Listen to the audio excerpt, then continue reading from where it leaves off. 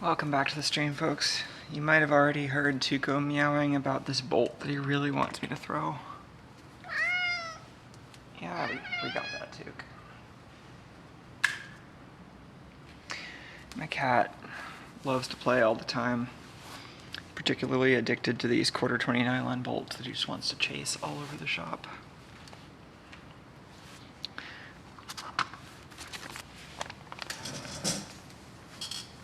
So, first, actually, a quick note about the P.O. box.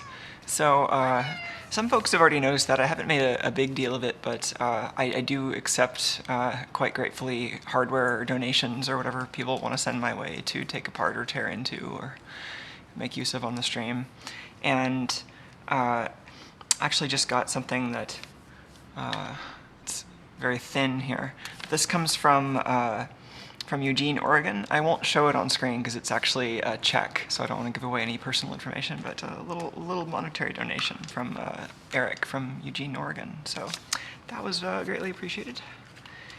And Tuco's still got the mice that he's been playing with that Dory donated with some hardware earlier too. So, but right now Tuco's distracted by this mouse.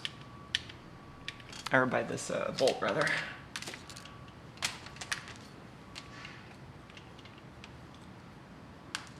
Hey, Tuke. Here. I should play with him for a bit. Hey, Tuka. Where'd you put it?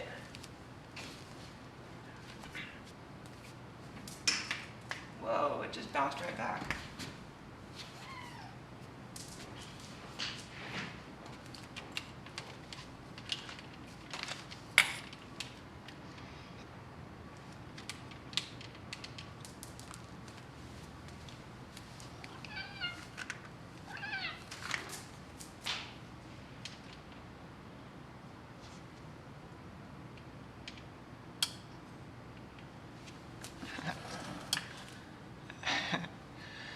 Yeah, I'm right there with Wesley. Come for the engineering, stay for the cat. Yep.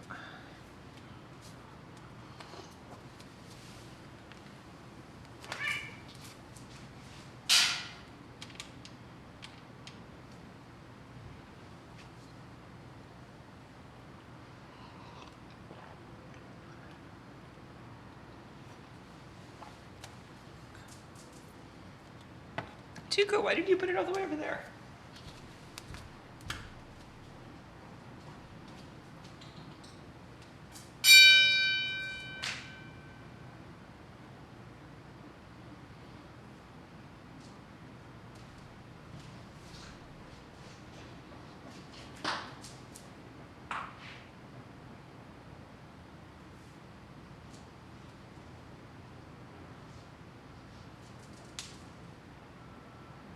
Look at that, bro.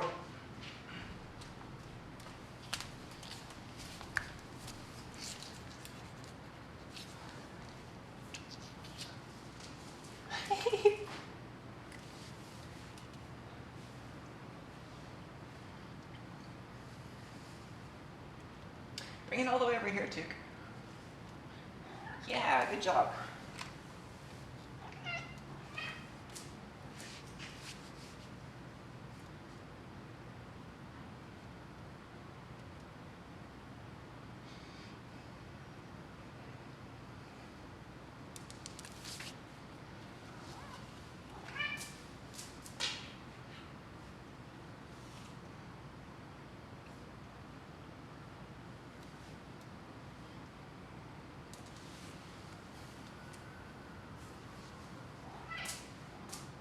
Man, Tuco's even more vocal than usual today.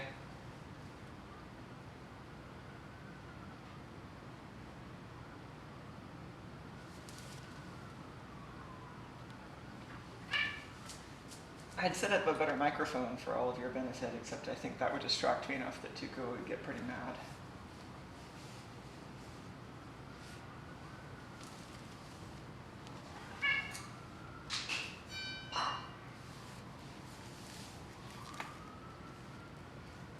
Good job, little tiger.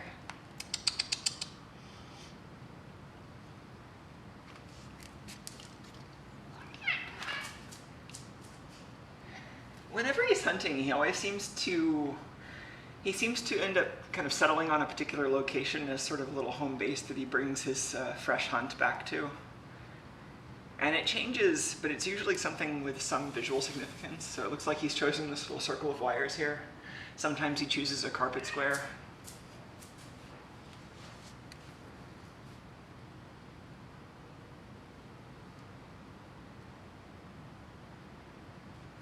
Good job, boy.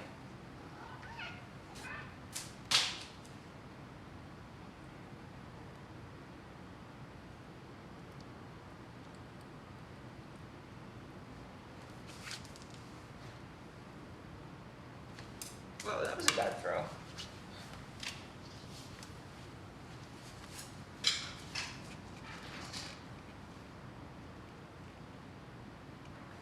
Good job with that bite. Tuco loves carrying that bolt back in his mouth.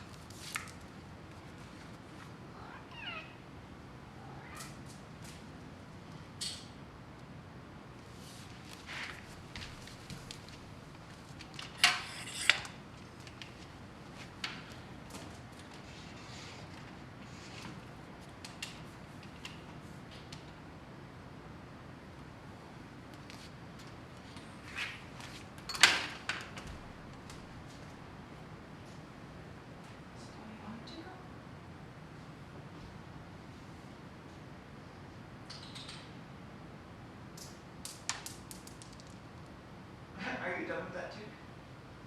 No.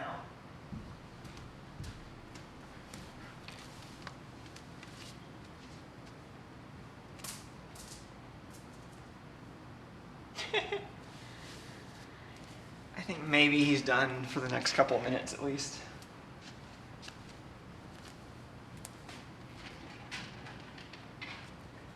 That camera's in kind of a precarious location. It's a pretty good angle, and that's more like the kind of shot we'll be able to get really easily with this robot. But right now I have a tripod fully extended sitting on top of a table, which is not so ideal.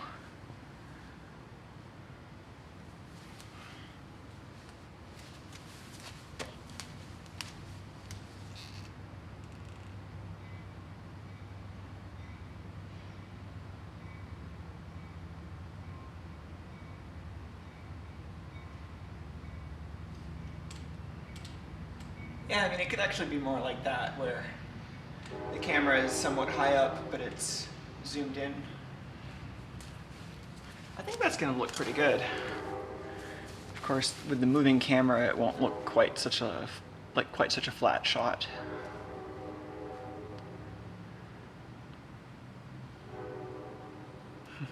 And we'll be able to follow the cat because he gets out of frame way too easily at this point. All right, Duke. I'm going to be able to take the camera off the table.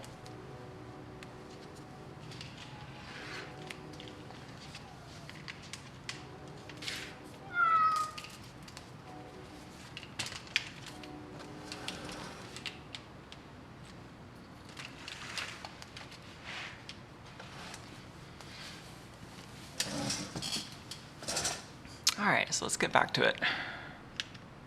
Welcome back, anyone who's here. Oh, we have hi from Ali in YouTube chat, and hi to Micah and Tuco from Nelson in YouTube chat. Looks like we've got like 30 people watching right now. Well, hello everyone. So, I don't have quite as much progress as I'd like to report with the CAD and mechanical for the bots. I've been having a hell of a time 3D printing this particular part. I started out printing it. This is a recurring problem I have with parts that I try to make particularly strong, because I don't really have my printer dialed in for making strong and large parts at this point. Hello. So, yeah, at this point, the main problem is I don't have a printer that has a large heated bed. I have a small printer with a heated bed, and I have a large printer that doesn't have a heated bed.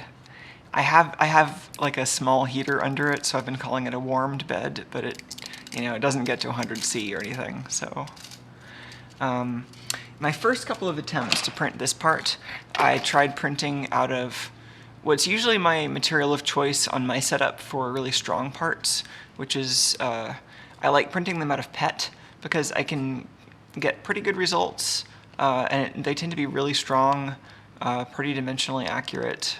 You know, they flex and they don't break. They look nice. I think it's nicer to print on a non-heated bed than ABS, but it still has problems when you print large parts with it without a heated bed. So that was the problem I had with this one, and the breaking is just because I pulled it apart to destructively test it, and that's where this bit me. So yeah, it's got great layer adhesion, as you might be able to tell. It just kind of breaks right along the infill patterns. The layers just stick together quite nicely. So it's a good material for structural parts. The problem I had with it was I just couldn't keep the part sticking down to the print bed quite well enough, so the edges, you might be able to see this one angling up a tiny bit, but one of the arms would unstick and then the nozzle would start hitting it, which would then cause a cascade of other problems, which would usually lead to it missing steps and then the entire design shifting over. So not good. And then I switched to PLA because I've had better luck printing these large parts with PLA. But then I had a different problem, which also resulted in the same kind of offset here. But I think this was a different mechanism because this was not warping at all. I had great build plate adhesion on this part with PLA. But I think this is a problem that happens when using certain kinds of dense infills. So I think the problem is with this 3D infill, the pattern adapts to the contour of the shape that you're printing it with, or the shape that you're printing it on. Oh, Edwin in chat asks, brim? Yeah, this was the brim. I printed all the parts with the brim. I tried printing it with a raft. The raft was not enough to keep the... So the last experiment I tried with the T-glass, which was the brand of PET that I used for this, I was using glue stick, my makeshift bed warmer, and a raft, and it still warped. So that was like all the ammo I have to throw at that problem, basically. Maybe I could have tried painter's tape. I didn't try painter's tape. My build surface is PEI, which I usually print on without any additives, but I did try plain PEI and PEI with glue stick. Neither of those worked super well. So at this point, I've mostly had success using T-glass on smaller parts. So parts like this, I'm back to printing with PLA, but I was using a pretty high infill. And I think it was the high infill that caused my next problem, because I think this is actually some kind of compounding problem that starts out with the infill pattern being dense and not aligned with itself on the prior layers. So this 3D infill pattern that Cura, this is using the Type A machine's fork of Cura, so it's a little bit old at this point. It's like 1.5, I think. But it has the 3D infill pattern that kind of builds little tetrahedrons inside. And it works pretty well for some shapes, but for other shapes, I think you end up with enough misalignment from layer to layer that it builds little boogers occasionally that can catch the print head. So I think that's what happened here, although I haven't been able to find the exact place that it caught.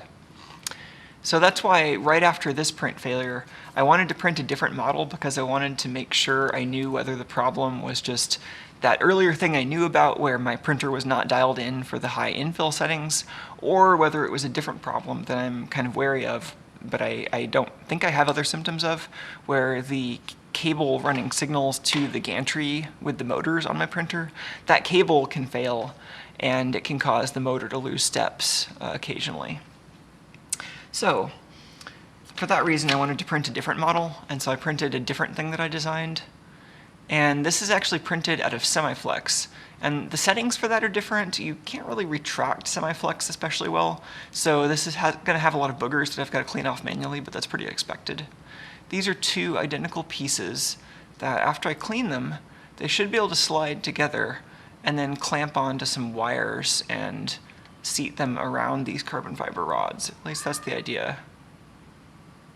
Oh, if you want to hide the GIF, there's a way to do that in the client for the person who actually like originally posts them, but I don't really have a free hand, or I could probably do it from my super user privileges too.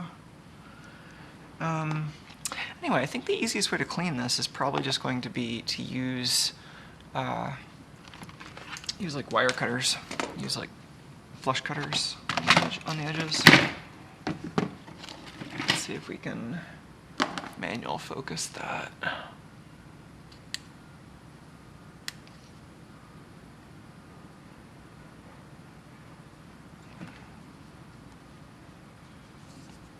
So I think if I literally just use these as flush cutters to cut these flush at the edge, that this will do what I want.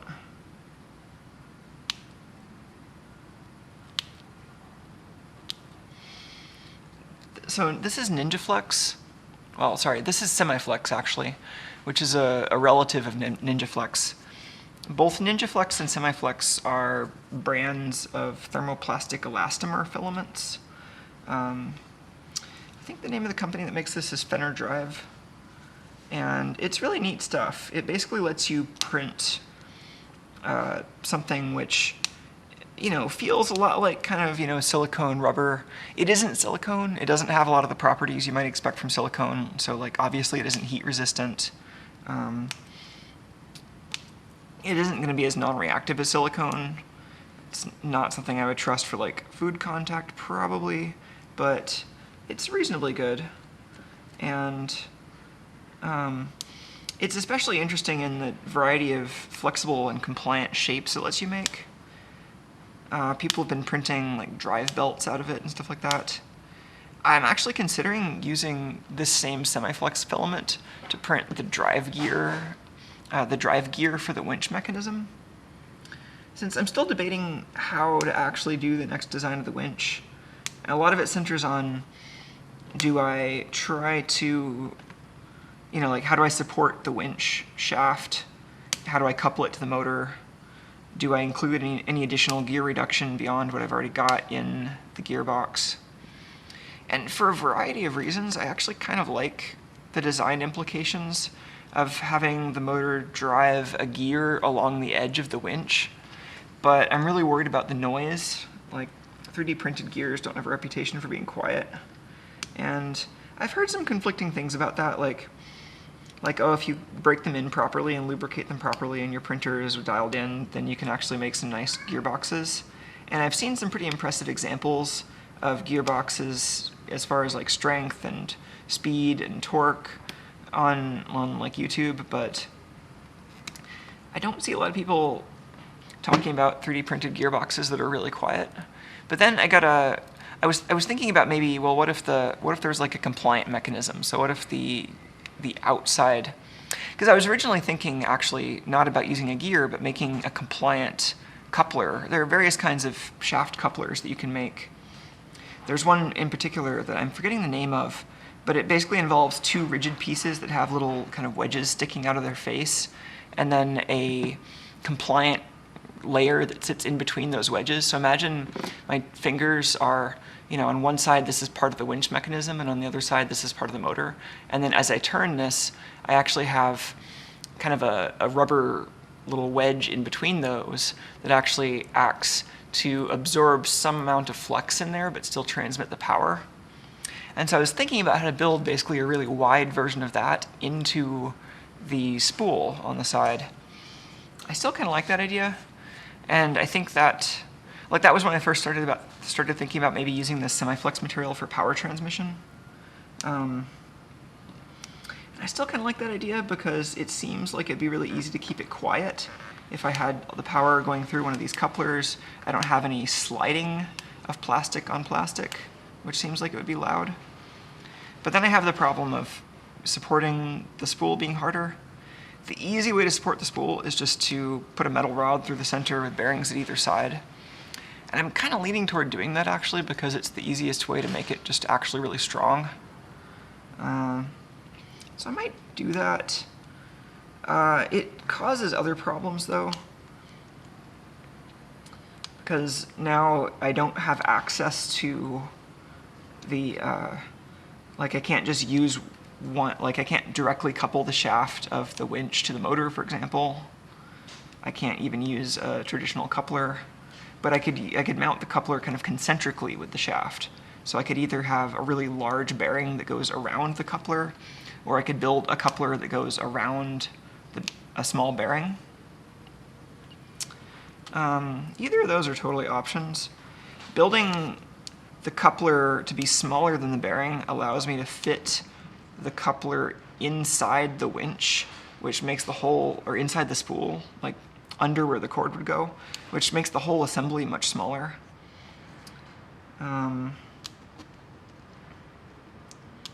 Putting the coupler on the perimeter is starts to look really similar to having gears, which is maybe what started leading me on that path.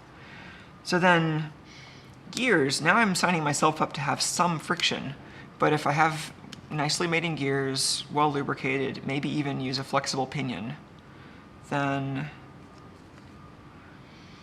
I could put like herringbone gear teeth along the entire perimeter of the winch spool, and then just have a big old pinion that fits directly onto the motor shaft.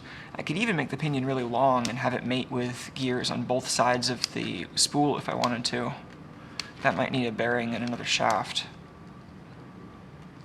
But that starts to seem pretty attractive, except for the whole thing where it involves plastic gears. So that's kind of my line of thinking with the winch.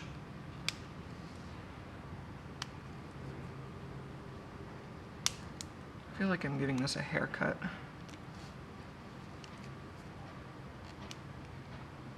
Maybe a bikini wax.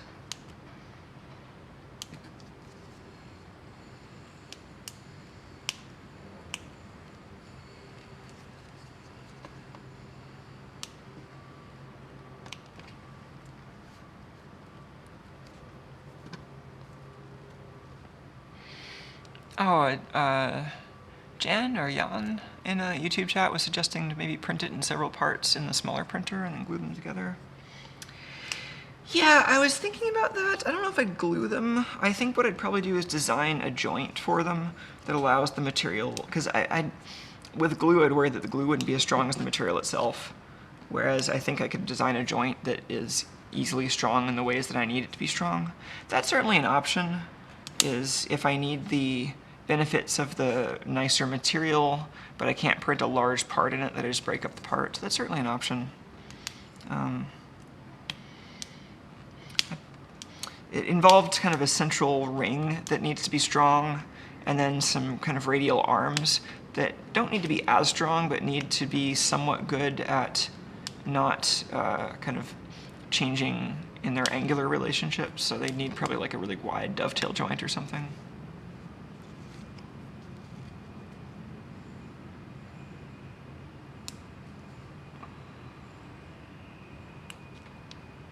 That one's somewhat clean. Let's maybe focus on the other one and then see where they have trouble mating.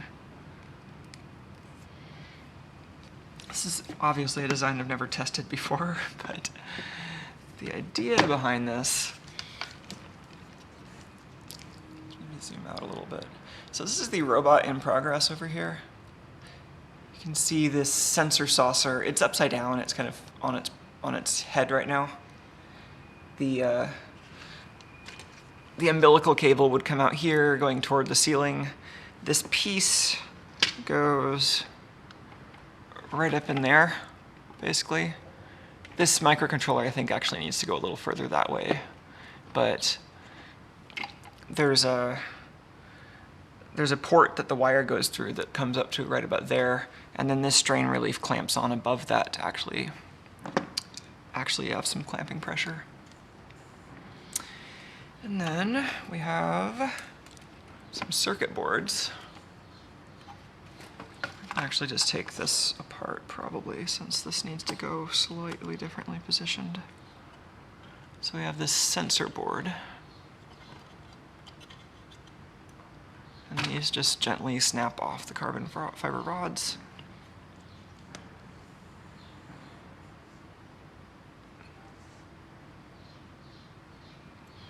This one has the radar motion detector down here, which is, I don't know how useful this is going to be. This is something I included mostly for fun, but it's pointing down so it has a relatively clear view of the stuff below the robot. The antenna is on this side. And then this is the IMU. I'm hoping this mount is sturdy enough.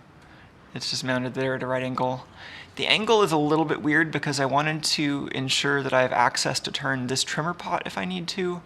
and I wanted this not to interfere with the programming USB port on the microcontroller that's pretty close by. So this is roughly where it goes, and I want to be able to get a USB cable in right there. So that was part of why I mounted it the way I did. Put that aside.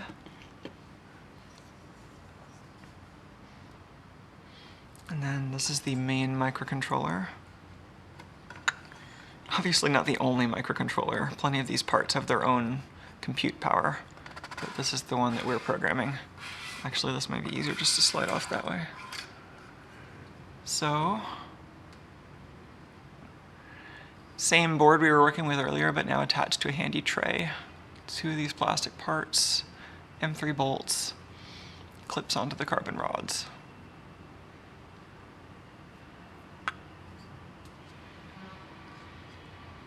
So I'm going to keep those off for the moment, since it might be a little easier to work with.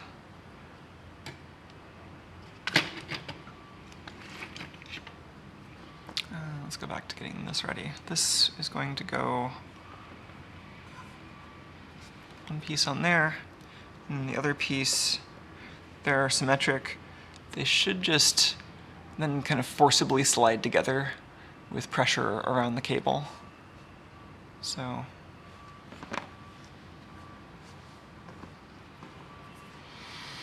Robert says I should really try resin cast gears. That sounds annoying. I guess I could. I mean, I could mill the gears if I wanted to.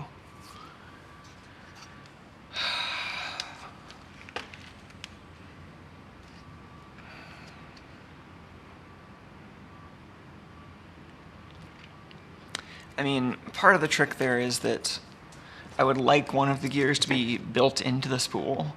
And so if I have to make that using a weird process, then now I've got to make the spool using a weird process, or I've got to make that a part that fits onto the spool, which is totally doable. It's just, I was hoping to keep it simple.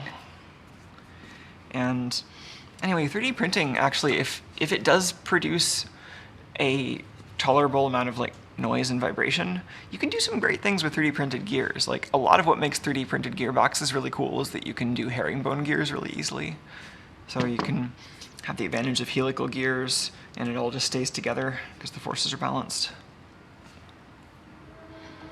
And then Wesley asks if I can increase the insulation around the printer to avoid warping. I've already done as much of that as I care to right now. Like it's got like a heating pad under the build plate. It's in a closet that's pretty well isolated. I haven't enclosed the sides recently because in the closet it doesn't seem to need it, but I've experimented with that in the past also.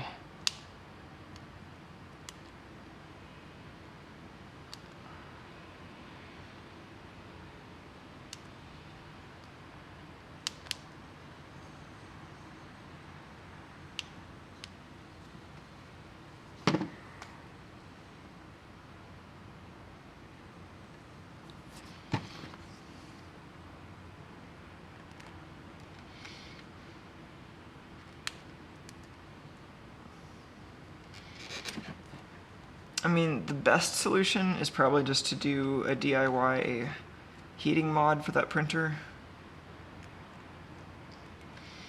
There's an official heating mod. It's just super annoying. Like, I have to send the printer back to the manufacturer, and it's like $1,000, and like at that point, it's like the cost of a new printer almost.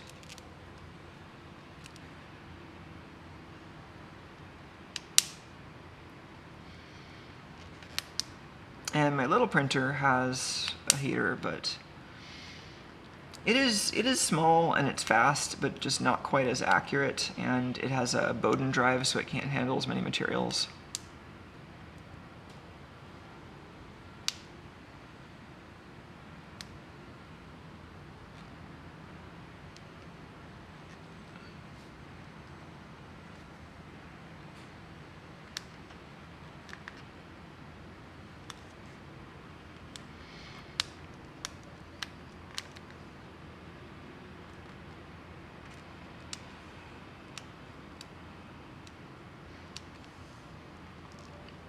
Hair.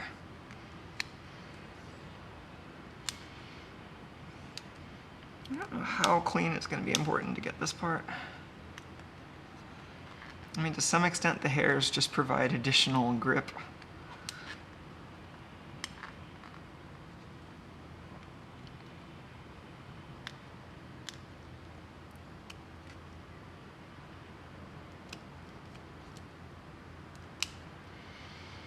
Of course, in these channels, they get in the way.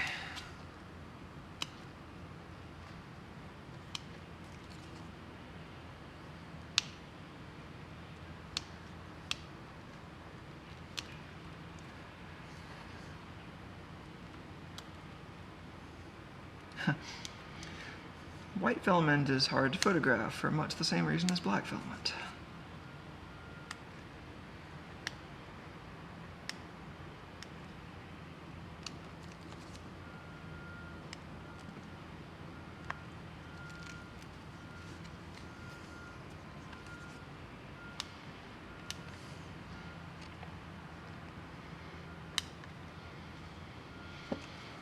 I've gotten a little less stringing if I hadn't printed these both at the same time, but still would have had some.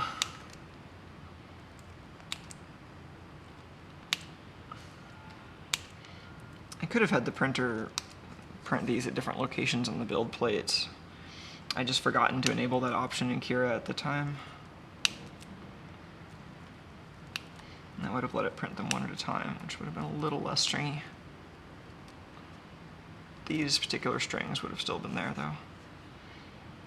There's also an option which I used to use on my really old printer, haven't had to use in ages, that I don't know if modern slicers still do, but they would have the print head only trace along areas where there is material so they don't create strings outside the model. Kind of a mitigation for printers where you can't really use retraction.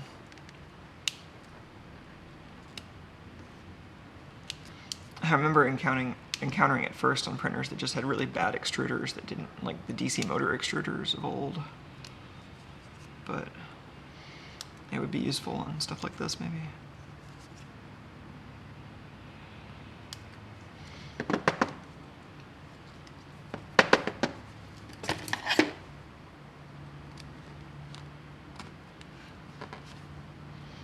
Let's see if that even fits together.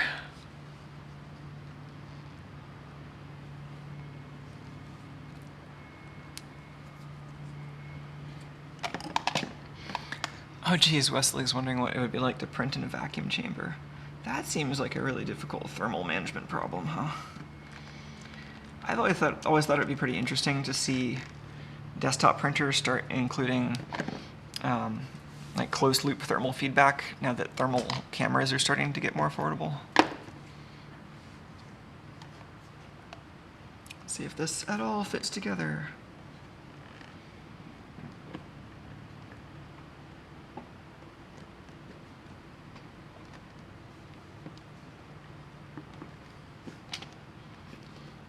I think maybe the vise would help getting this together the first time. This is definitely a tight fit, but it seems like they're aligned right. There are just definitely some strings that are going to be problems.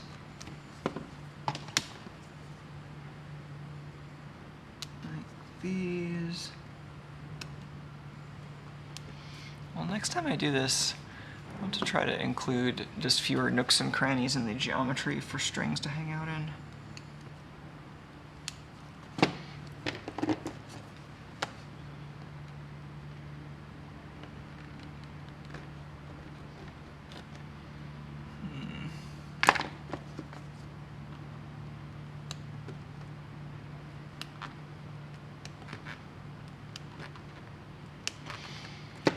So I think maybe the next thing I do is I try, well, with the winch again, the next thing I do with the winch is maybe do a test where I try like a simple gear design with the motor and roughly all the spool diameters and things that I care about, and just see if that seems to perform all right.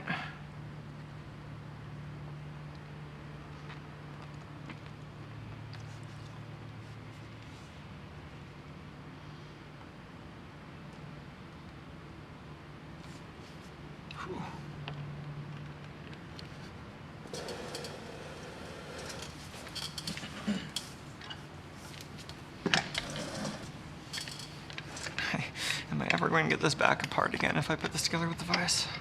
I mean, I think I can pull it apart, but we'll see. I'm hoping that this helps knock off some of the surface debris.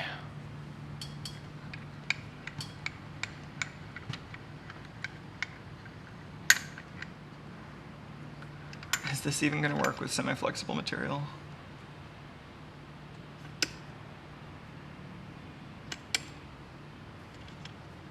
I think it's working.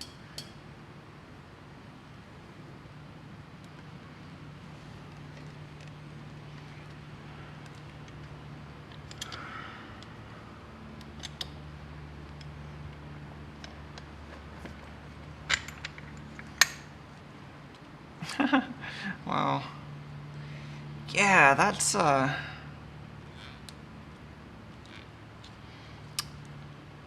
be a tight fit. I think I'm gonna need to include more tolerance in the model, probably.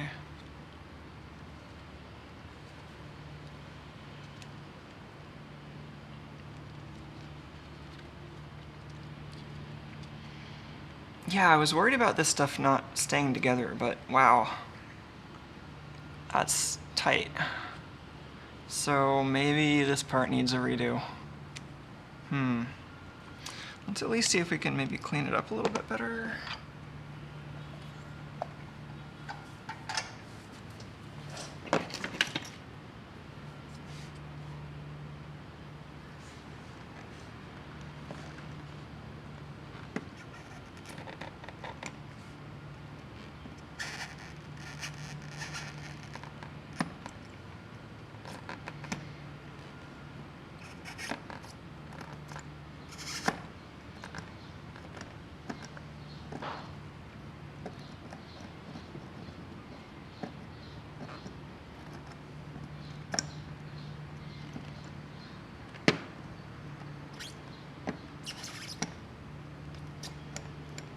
Being a little more vicious with the clearing out of plastic this time.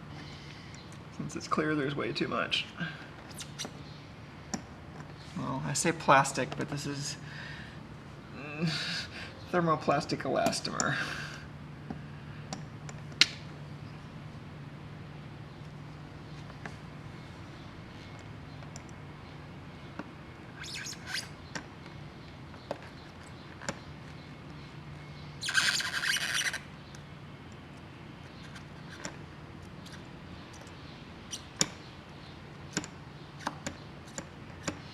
There are a lot of things that might improve this design.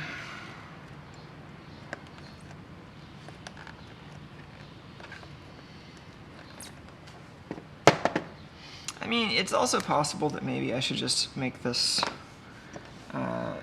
attached together with screws. I think I was maybe,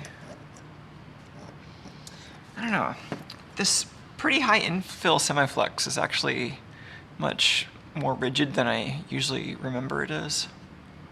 So I could imagine building up a little cone there and then putting a screw there, so you have screws that actually clamp it on either side.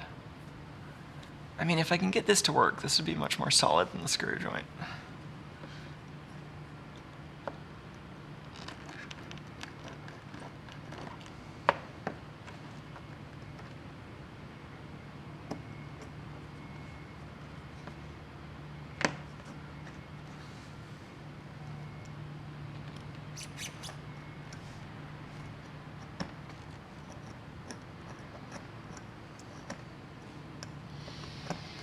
Do I have any small drill bits I could use to do this job? Oh, I like Jarrett's suggestion. Warm up a screwdriver.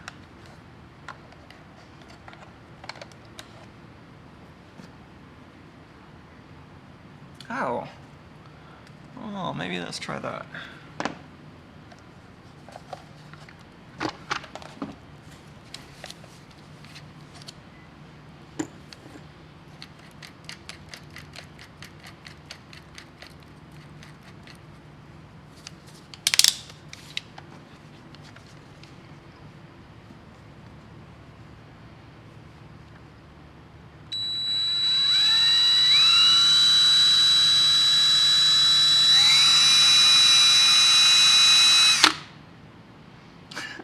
Kinda works. Let's try one size up.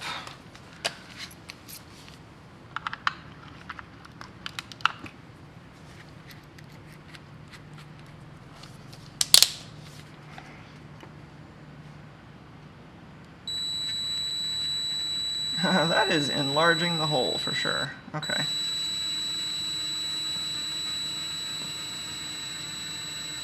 But it's still relatively subtle. Whew.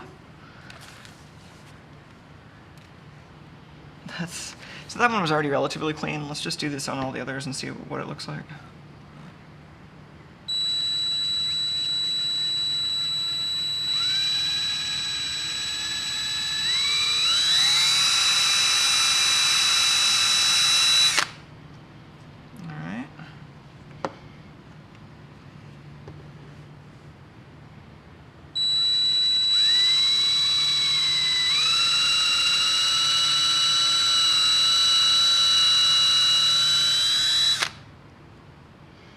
Some of those are still a little bit attached, but I think they might be out of the way.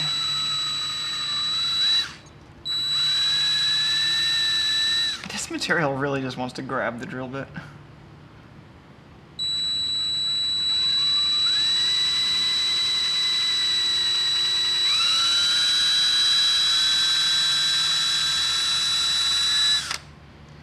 Alright, let's try the large holes now. So that was an 1/8 inch drill bit. Pretty warm at this point. I think a 732's drill bit might be an alright fit for this.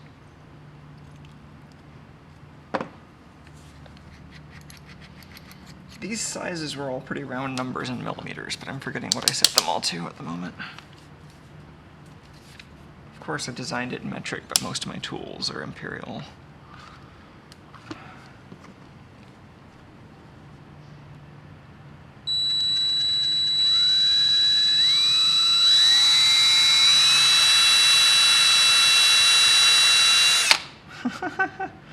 That looks like it barely did anything. Maybe another larger size. This will be a full 1/4 inch.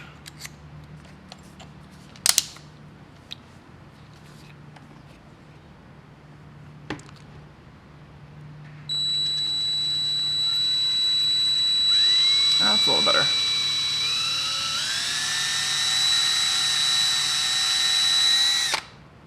Still looks fuzzy, but maybe it's actually structurally more clear.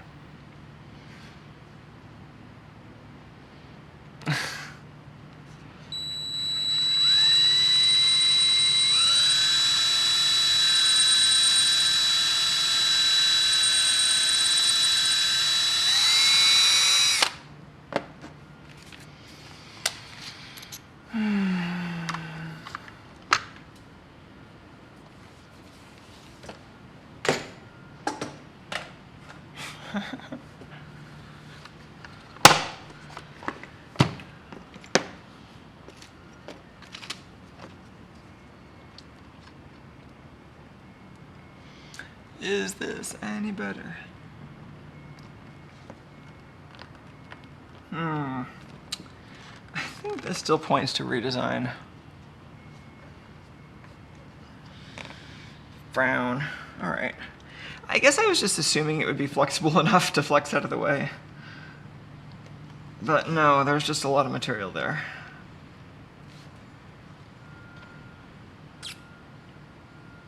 And still a lot of stringiness.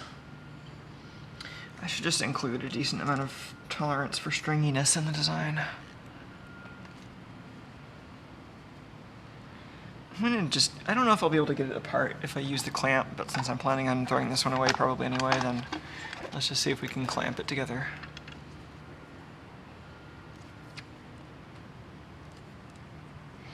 Well, maybe we're going back to CAD and modifying this piece and then printing it after the current thing is done.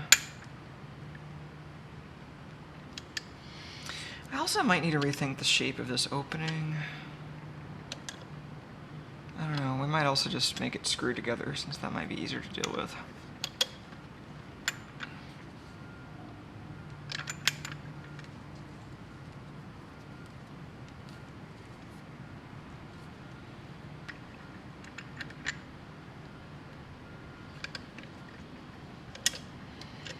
I don't think this is going to work. It's kind of going together and kind of crushing.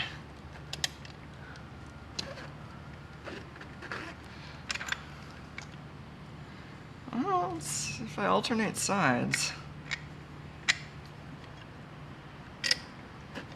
now I'm just wondering how strong this is going to be if it does actually all fit. I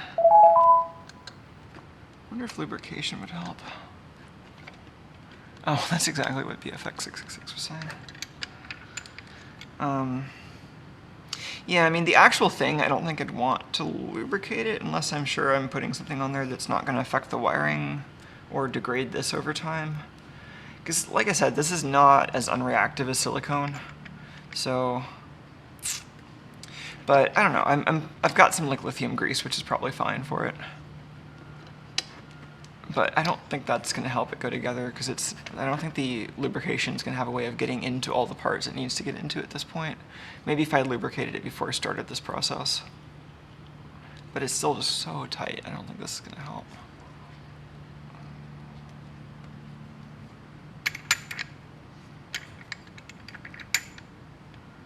I'm also a little curious how the carbon fiber interface is going to work, which we might be able to check out once this is together.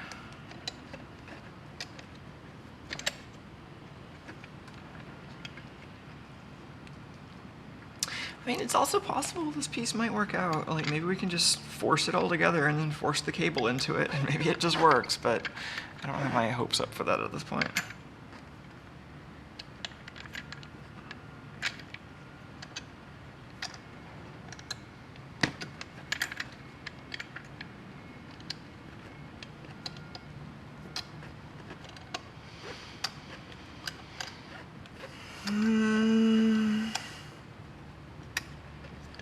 This is getting there.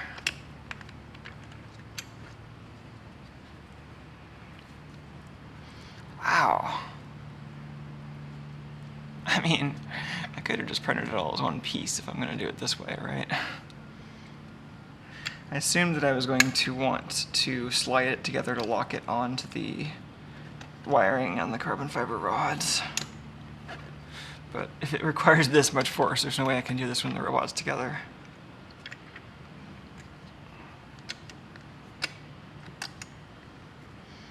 Yeah, so what would it be like to actually attach this to the various pieces at this point, just for my own curiosity? Not that I expect to use this. You gotta get all the mileage you can out of the failures by examining how they failed in every possible way, right? So, this feels kind of together, but you can see there's actually still a good bit of gap there. Like, this material, just because of all the boogers and inaccuracies and stuff, it's just not really closing entirely either. Oh, there we go. Yeah, so that gap is not supposed to be there. So, I mean, maybe this is a problem that you solve by tuning the printer profile for this material. I don't want this to be that sensitive though, so really just including more margin in the design is probably what I'll do. And then this opening, there's not much there, but let's get the wire that goes through this.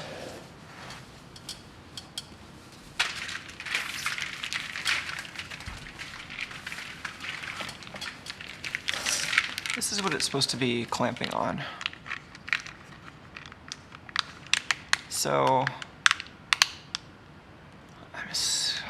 I mean, I kind of just eyeballed this size, hoping that that provides enough clamping force on the actual wires, while still being possible to get together. I mean, I kind of like parts of this design, but maybe screws are the way for it to go together. And then let's see how well it attaches to the rods. Yeah, so Jarrett's saying undersize the little puzzle bump on it. That's one solution. I guess at this point I'm deciding between two solutions. One solution is to just undersize, basically just offset this entire edge so that I'm just taking a little bit of material away, and that'll make it slide together better. The other option is to maybe just not make it slide together at all, but have it go together with screws. Wesley asks, could this piece be solid? That's what I was just looking into. I don't think I can get the wires through there. And I don't know if you can get this on the carbon fiber rod. So like, you could slide it all the way on, but then this has to be like the next piece that goes on. I can't ever like replace this without taking the rest of the robot apart. So like that would work. But then I have to force, like if it would work as a one-piece design, then I've pretty much already got something usable. But don't think it's really going to be effective to force all of this through that hole at this point. Maybe I could like open it up with vice grips or something and then shove this in there, but I don't think that's going to be the thing I want. I think, I mean, I kind of just want to make another attempt at this design and maybe just, like as Jarrett was saying, undersize the puzzle bump. Make it a little easier to slide together, but try making it still a slidable design. The plan B, though, would be to have it attached with screws. The trick with screws here is that the screw just it presses in one point, so I probably need a washer. I don't have a huge selection of just wide washers here, but I probably have something that would work out all right. Mikkel says make the walls thinner to make it more flexible, like less infill. Yeah, maybe. I mean, if I wanted it to be less flexible, I think the easy way to do that would be to print it out of NinjaFlex instead of semiflex. But I don't know if less flexible is what I want. I think just less interference.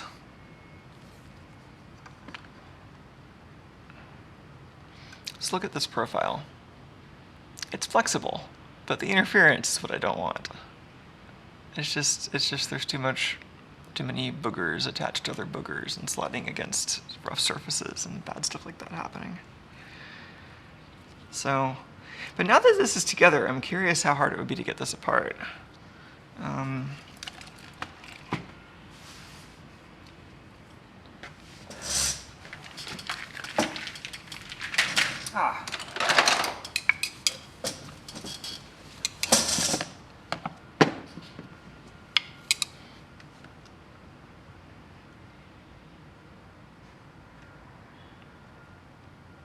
Wesley asks if the hole needs to be that shape for the wires. If it's one piece, then you could print it flipped 90 degrees and have a much larger hole. I don't see what I haven't parsed the part of it about the orientation mattering, but the hole size was intentional. It's like, I want the hole to be undersized so that it's pressing the wires. This is intended to be a clamp.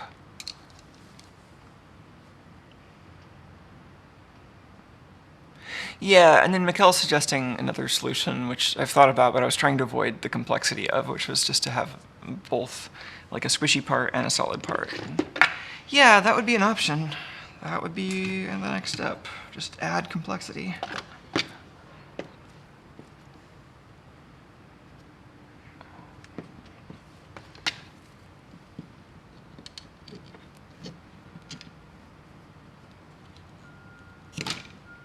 That's not too hard to get apart. Wouldn't happen during normal operation, though.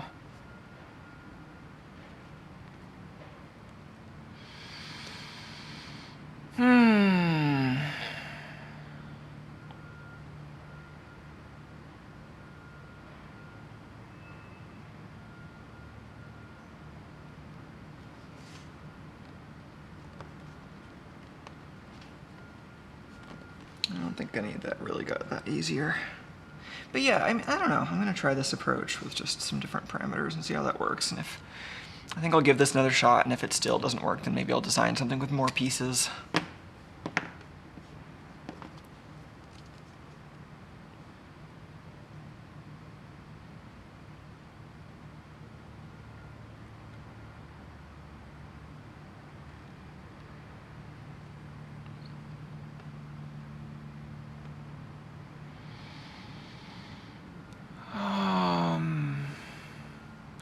Wesley says if it's one piece, you can print it so the layers are stacked in the same direction as the carbon fiber rods.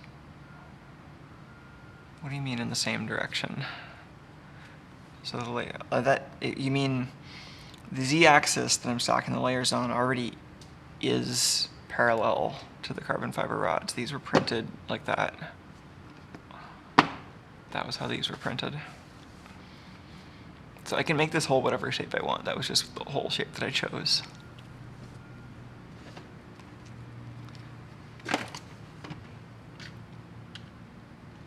So, oh, 2 goes on the rack again.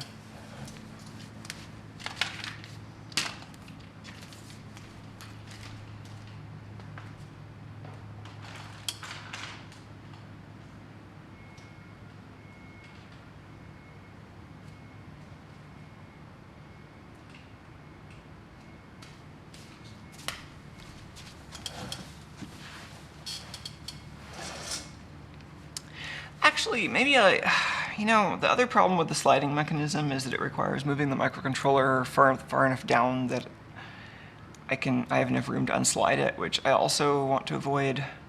So, yeah, maybe I do have to just move to a 2-piece plastic clamp already.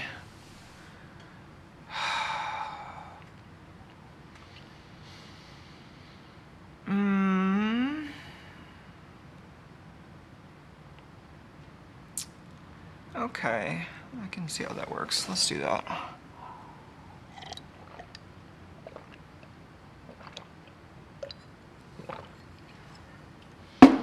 So, now I'm wondering, do I even want to try using flexible material? Because I can do springs out of PLA just fine.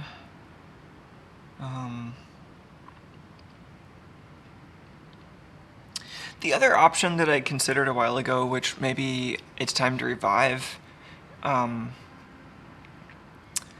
option had a clamp, which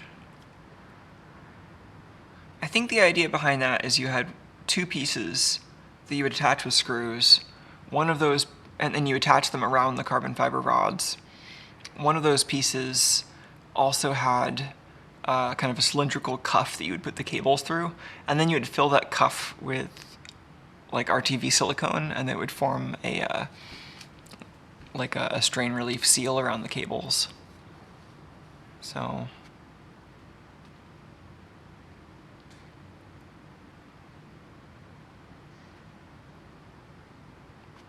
oh, that's a great idea from John. Can you try assembling the reverse of how you got them apart? No, it's not designed for it, but maybe it'll actually work.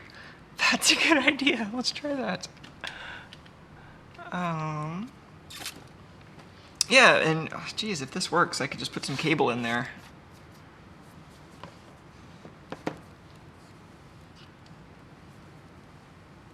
I might have accidentally designed a usable piece if that works. I might have to put something bigger than my vice jaws in there, but let's just try this first.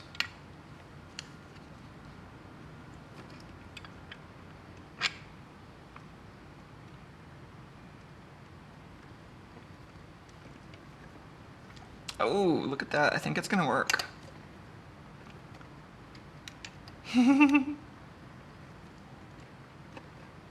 Let's spread this out a little.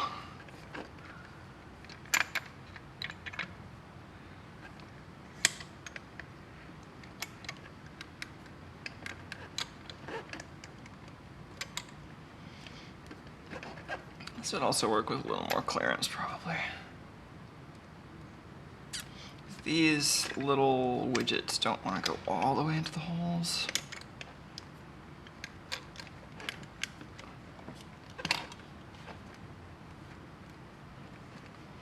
But the bottom still needs more clamping. Let's just keep trying this a little more before I give up.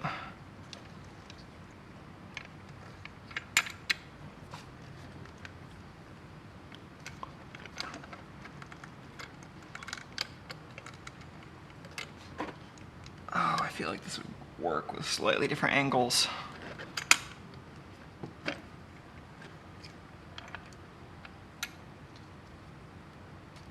Maybe if I do it this way.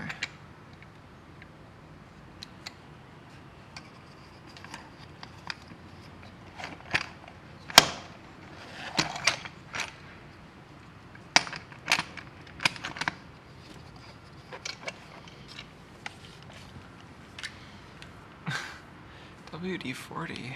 Why? That's a terrible idea.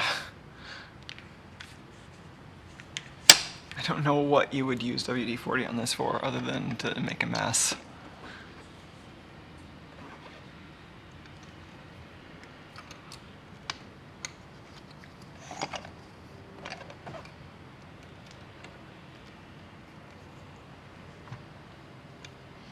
Yeah, one of those went in, the other one is just kind of crushing and going elsewhere.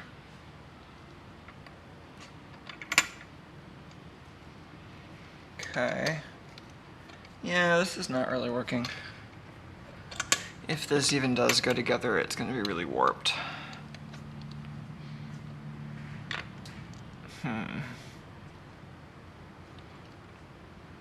Yeah, okay. Redesign. Willow Party says, why don't you use a screw? Well, yes, that's where this is headed. You've identified the winning solution.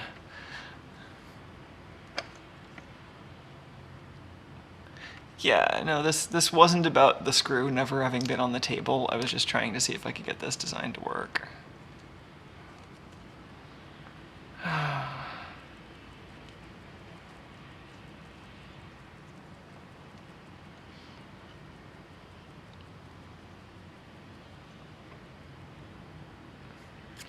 Oh, I kind of like where F443594, that's a mouthful, where they're going. They say to make two identical parts that each clamp onto the two rods, then use the two parts from either side to clamp the cables. Yeah, I can see where that's going. So like imagine that each of these was actually a self-contained thing that attached to the rod, and then you have like one there and one there, and then the cables have to kind of pass around that, if you get that, and then these could be kind of arbitrarily close together. I kind of like where that goes.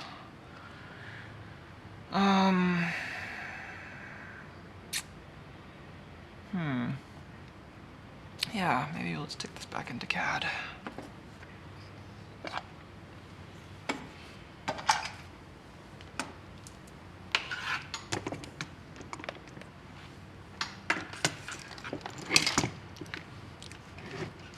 Computer time. Cat time. Also computer time. These are actually in the way.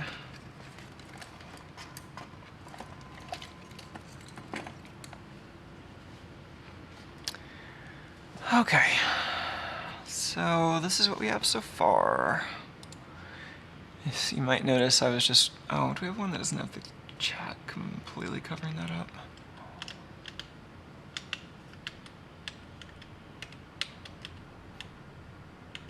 No. Not totally. I guess there's that.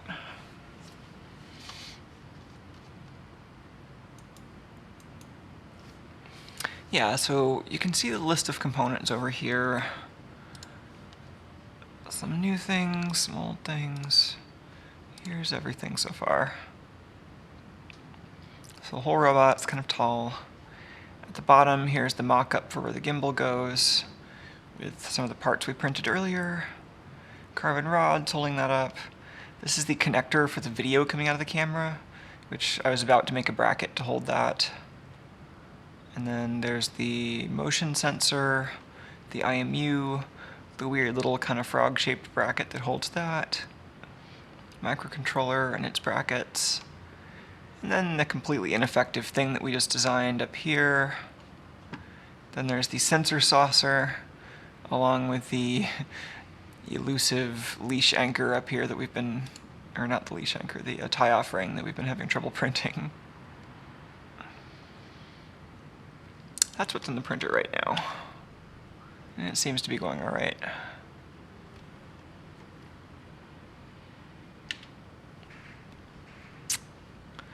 All right, so if we go back and focus on this part, that's the leash anchor. God, starting to get the hang of using subcomponents in this program. Why is that still...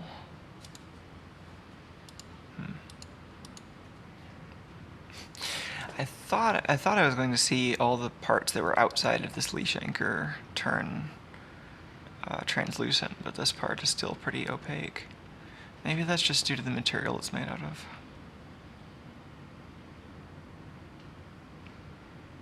Anyway, this is the piece, and then you can see the operations that made this piece. It started out as a sketch along this surface that defined the kind of puzzle piece interface and the little gland around the cables. and then you can even wind back time to right after that just happened. So we have that sketch, which I made on top of that cable outlet. Then there's, yeah, if I step forward, you can see it extruding. Then some fillets to round off the impossibly sharp corners. Some more just to make the back rounder. Then, what was that? Oh, I turned it into a separate component and then made a mirrored copy of that. And then made a joint to connect them together. So I can imagine a couple of ways to use or to do this with like PLA plus a soft material, PLA plus springs made of PLA.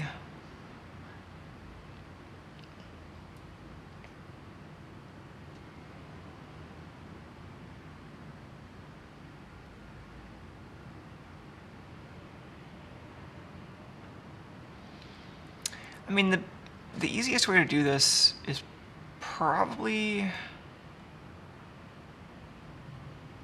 yeah, what I probably want to do is make a little round cable,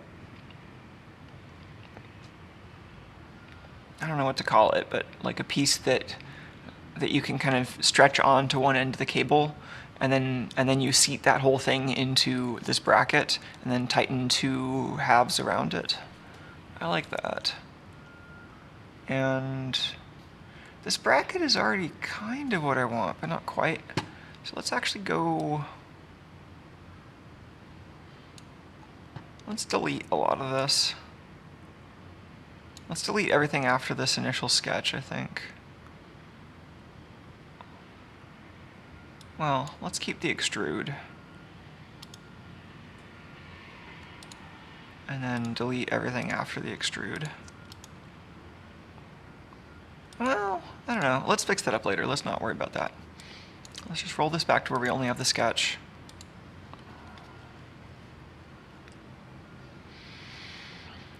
And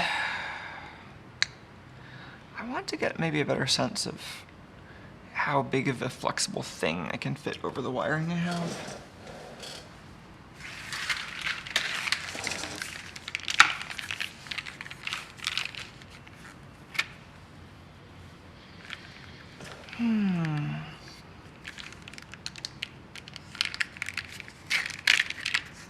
So this is the wiring I have and the cat.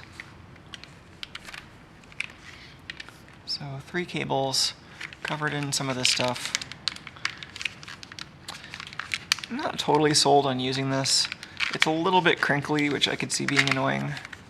I think that might be mitigated if I kind of keep all the crinkles on the right side of the cable, but I can see it being a problem.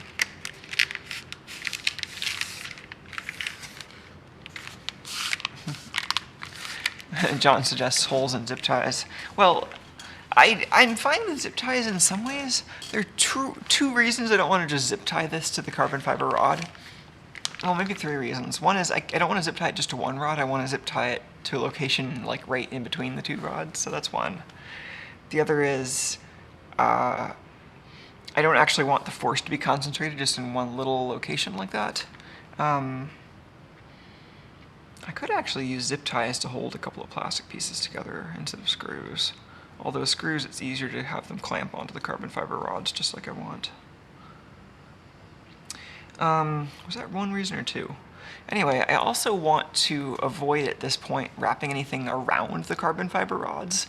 I'm actually trying to keep, like if you draw a circle centered at the center of the robot and ending at the edge of the carbon fiber rods, I'm trying to keep everything inside that circle because there's going to be at least a mount for some covering over these parts afterwards, and I think I'm going to need some space for that.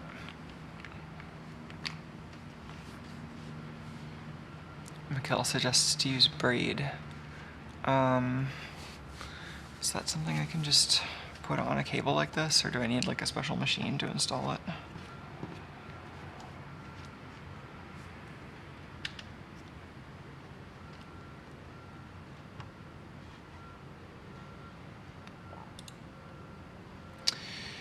Oh, at this point, I really want to hide all this other junk.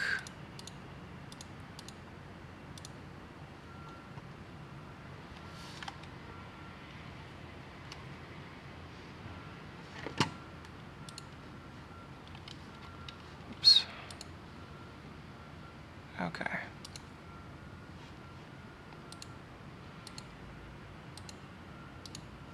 Ah, there we go.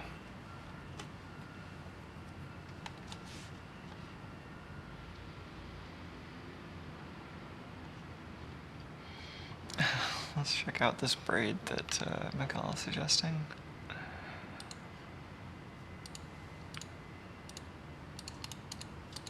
Oh, where's the getter window? It's really not helpful when it shows up on a different monitor, and I have no idea which monitor it's on, and then the Windows shortcut to move it to the monitor I'm on involves pressing a directional key.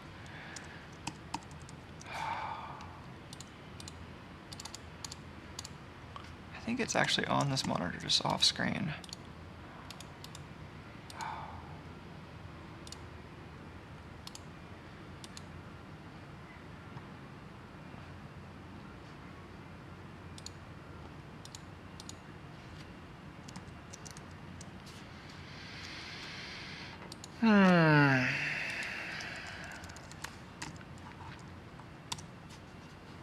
Now I have several copies of Gitter that are all off screen.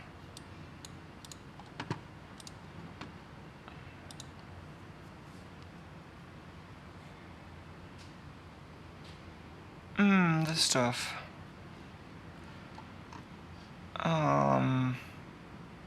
And you have to feed the wire down the entire length.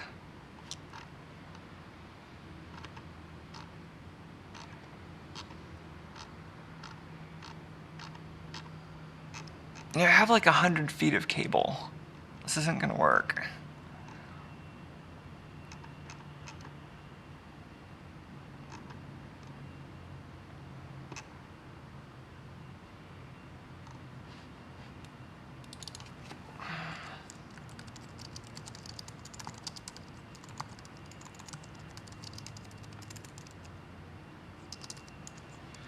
Let's see if we can find 100 meters for starters.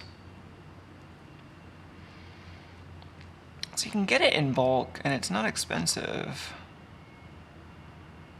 But, man.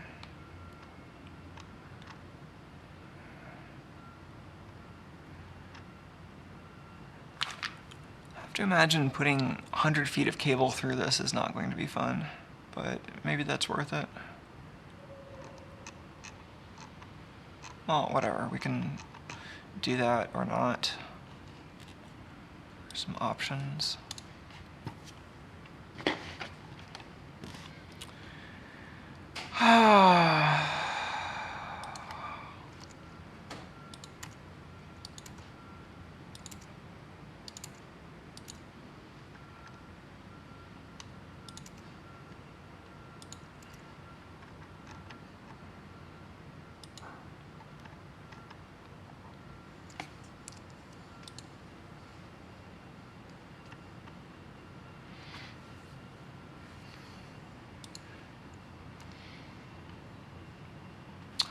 So, to get this onto the wire, I need to at least be able to stretch it around one of these BNC jacks, because I don't want to have to re-terminate the BNC cable to put it through this.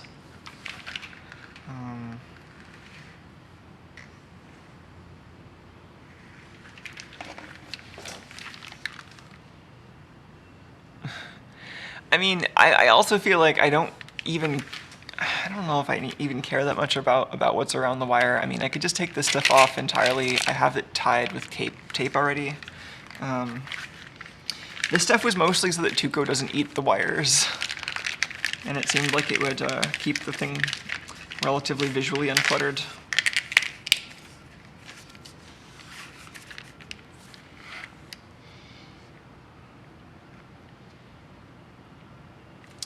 Anyway.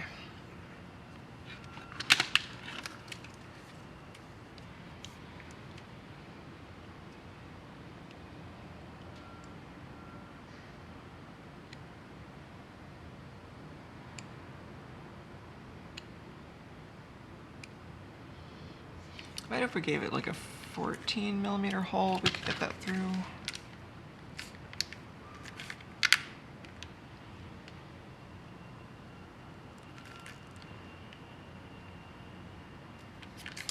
I mean, these cables actually aren't that thick even.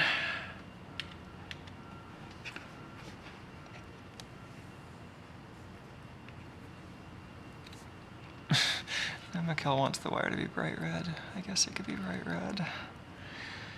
Oh god, I hate bike shedding. Like,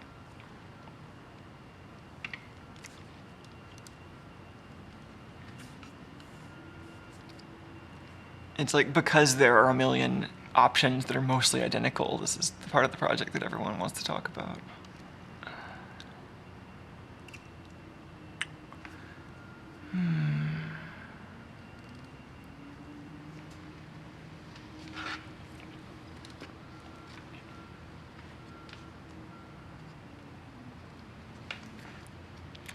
Just trying to get a sense for how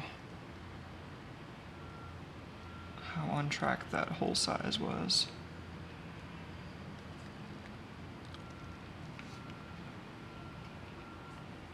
So without any kind of sheath on the wire, that's actually a little bit larger than I'd want. It doesn't provide that much actual clamping. With the corrugated sheath, I think it might be just about right. Let's try that.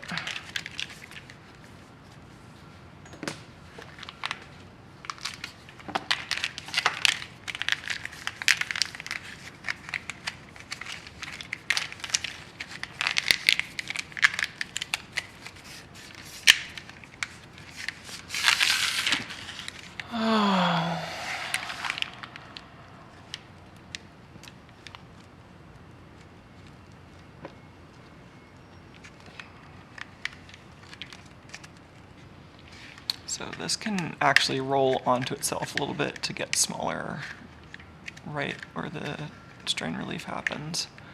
And then I'm hoping it fits into that ellipse.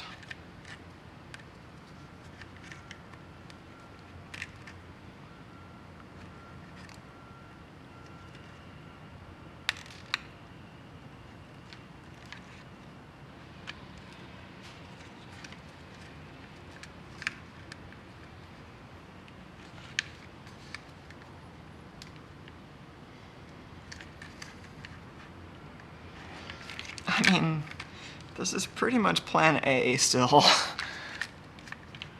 I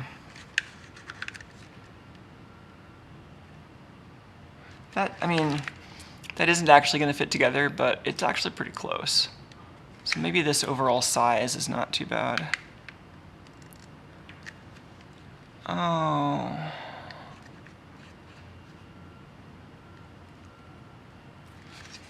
I guess we'll follow that long link and see what that is.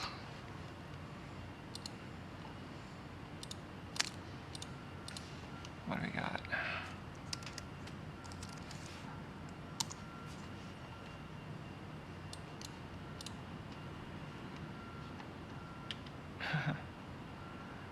All right. Black and gold nylon.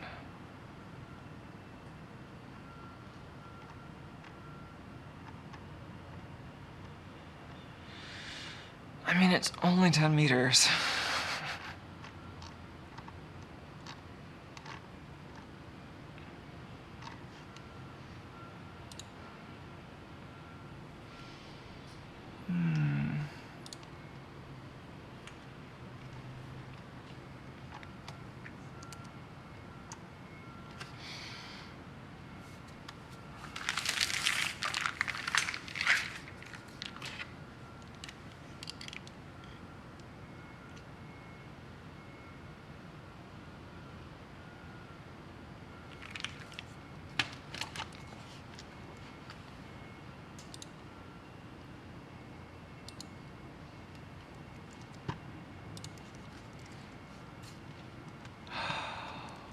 No, none of those things.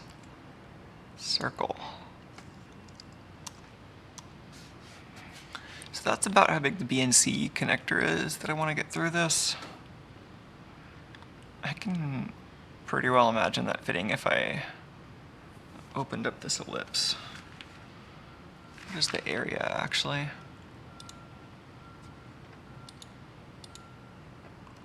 Is that just showing up on a different monitor? Maybe I just need to turn off the other monitor, and Windows will give me less grief about it. Oh. Why is the other monitor already off? Did Gitter get stuck on a monitor that isn't even on?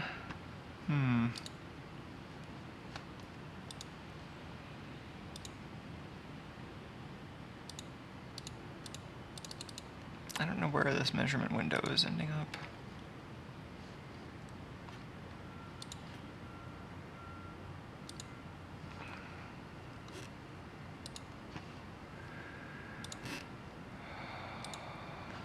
I get a length summary down there.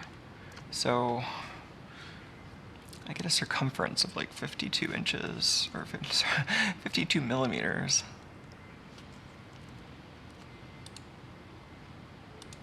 And this time it's giving me the radius and the window with more information is not here. Whatever.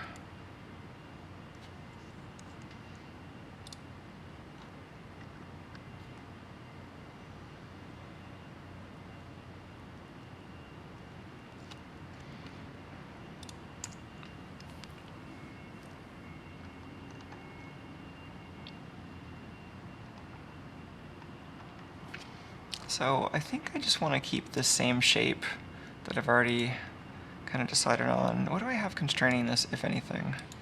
Did I just draw this at a particular size?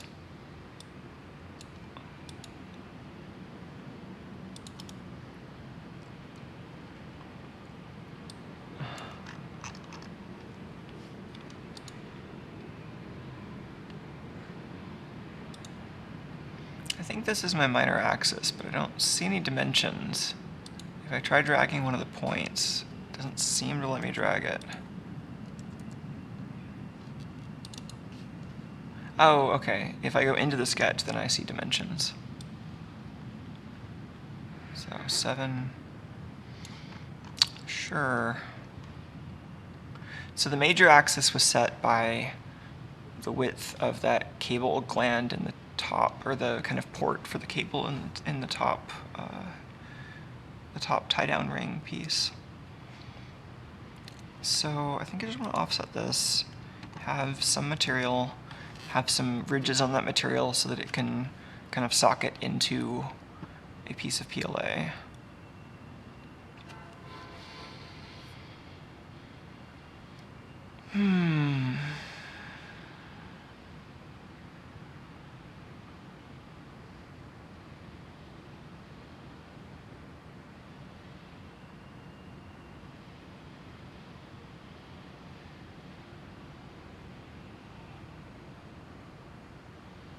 Trying to decide where the boundary should be between the soft part and the hard part.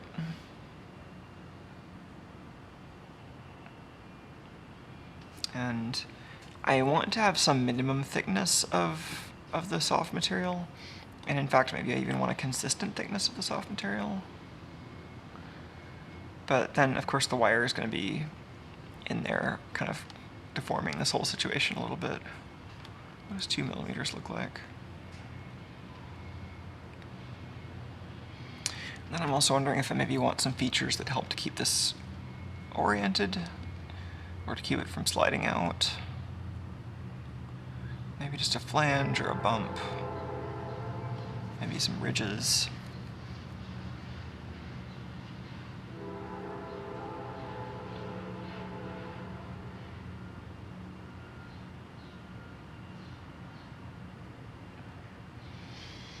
Yeah, like maybe I'll have a 2 millimeter offset and a 1 millimeter offset here.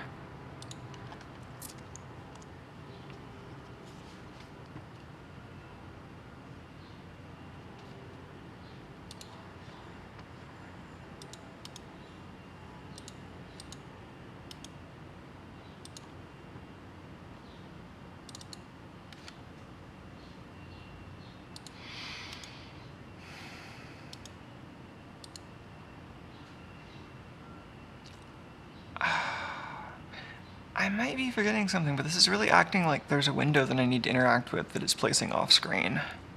Because I usually run this on a larger monitor. I think it might have saved the location. I'm trying to edit feature on this extrusion. And so I get this, but there's supposed to be another window that goes with this.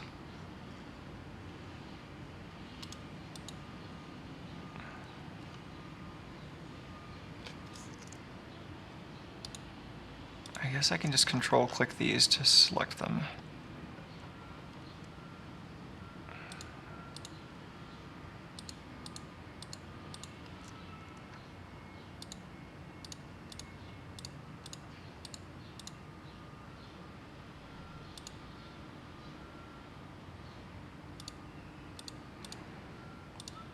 Let's just take this for now.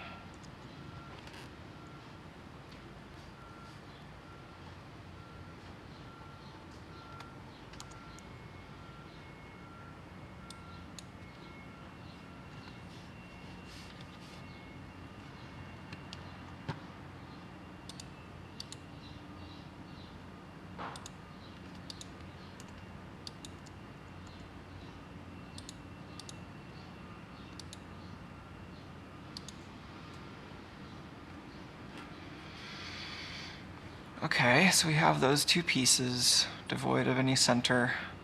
Now we can cut something out, we can make a little flexible ring, decide how that all works.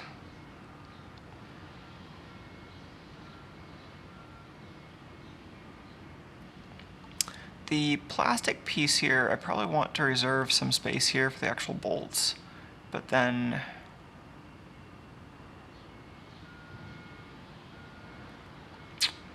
yeah, I guess this can all be pretty straightforward.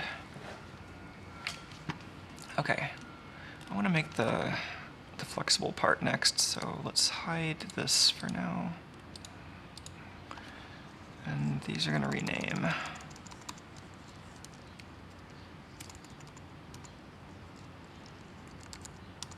This will be the leash anchor cage. And there are two of them.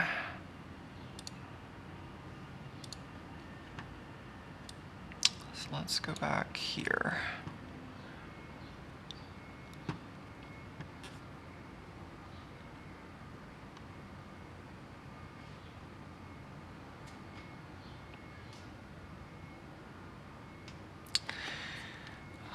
I want this thing that has a bunch of ridges on it that are...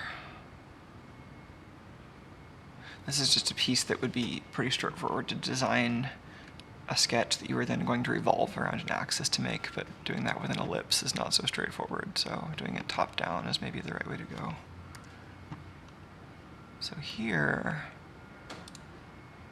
let's extrude. Ah, I really missed that dialog box. There's supposed to be a little properties box for the current operation, and I think it's just off screen somewhere.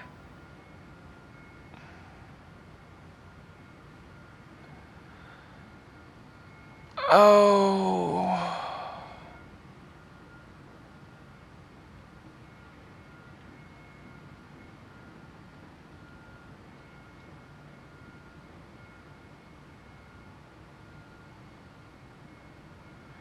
So I'm going to use a screw to keep these together. So Mikhail is suggesting to have a stop so they can't slide apart, but I'm on a different strategy now. I'm going to have plastic pieces, like PLA pieces that fit together with screws, and then a soft insert in between.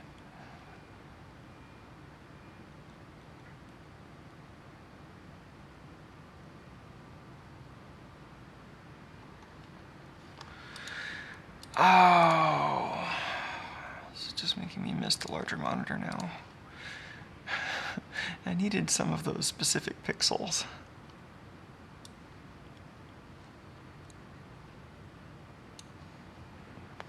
I also need to tell it I'm not cutting this. Arrgh.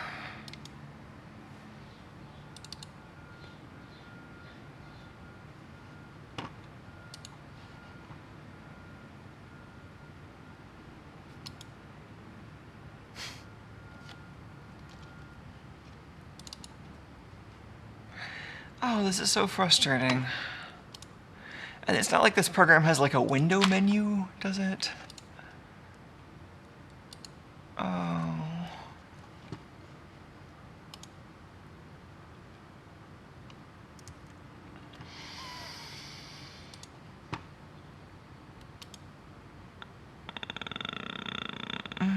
Edit feature. Does anything help if I reopen? Because I think I started this program when I was in the larger video mode.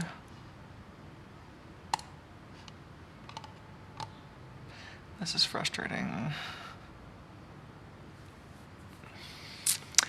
Oh, from the YouTube chat, Winston says, hi from Spain. Hello, Winston. Hello from sunny California.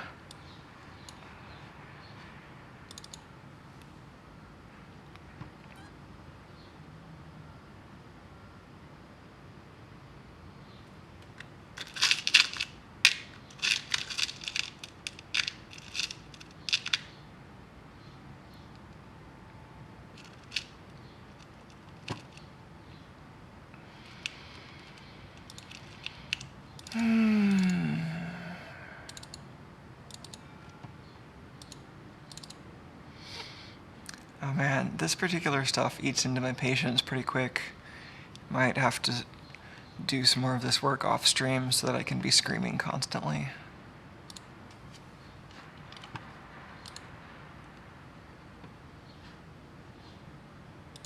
Okay, back to the leash anchor.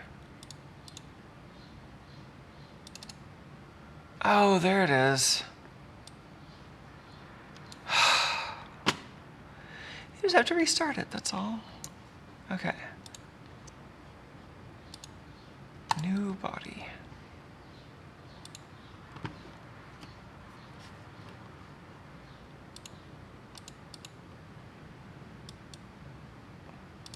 That's still not what I wanted.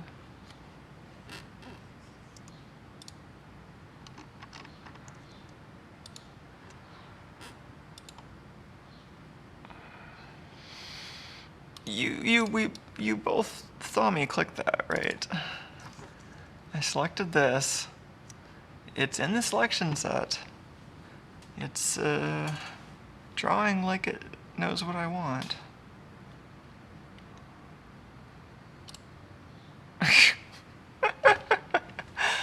Oh man, I might have to start flipping tables.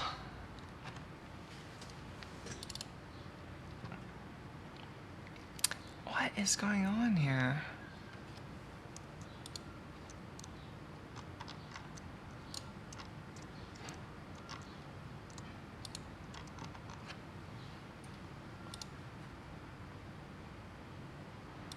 Can't make a new component here.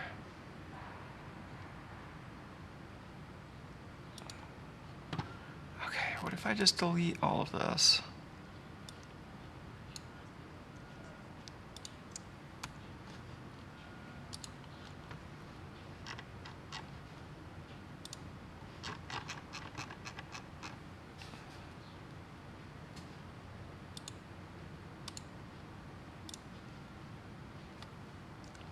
Now, more extrusion.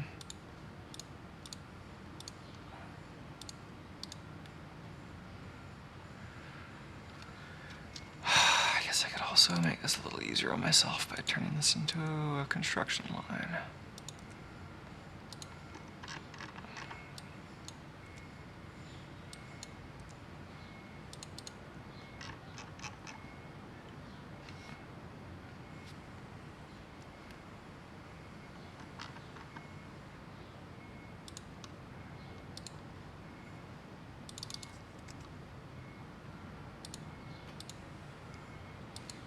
New component. Alright, we have a new component. That helped. So this will be flyer, leash anchor, gasket, ring, leash anchor ring. Okay. Now let's go inside this component and start adding some doodads to it. Let's make another body.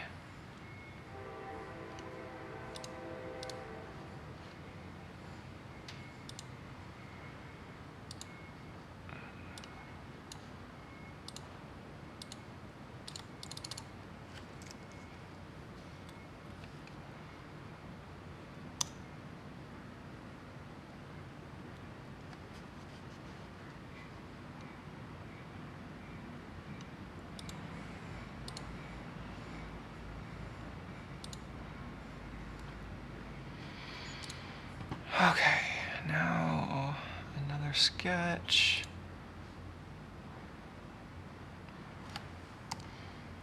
Projecting.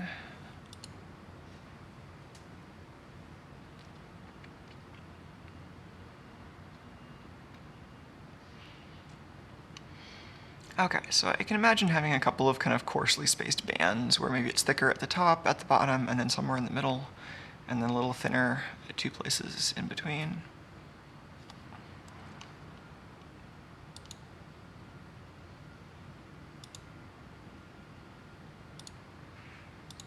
Let's just make a couple of these lines.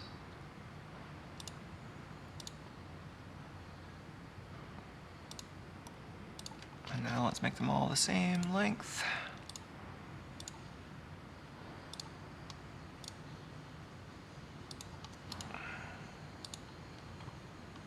Except I missed the top one. There we go.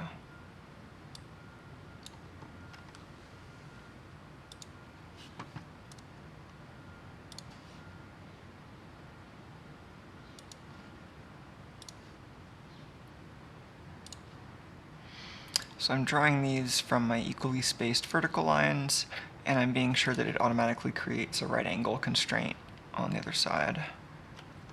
So now I have these evenly spaced pieces. And I can extrude just these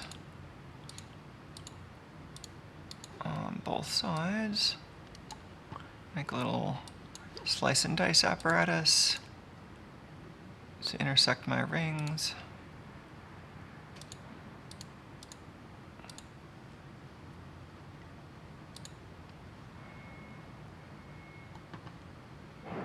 Now I just need to assemble all these separate pieces.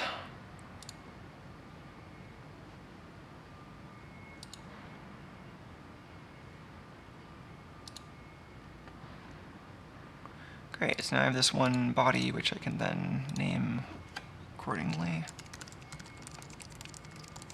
Flyer leash anchor ring. Alright.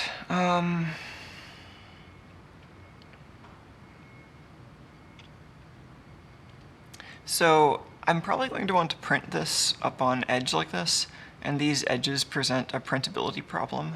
So I'll probably want to chamfer off those edges, but at this point maybe I'll use it as a cutout to take the pieces out of my exterior bracket here.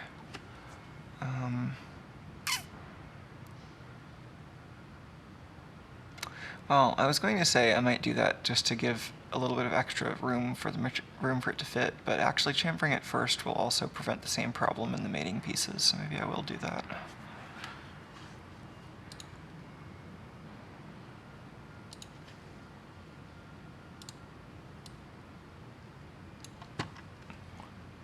Is that right?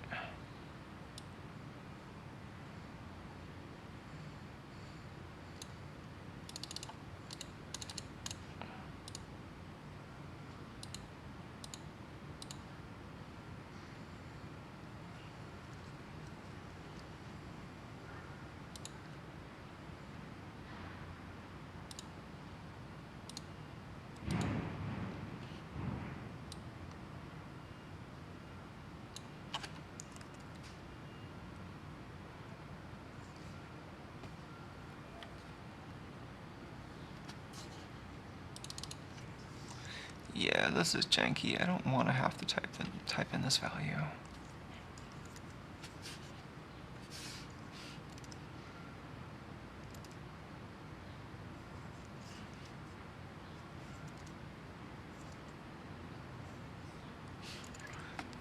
Needs to be just very slightly less than 5 for this. Let's try doing this with only one of the edges.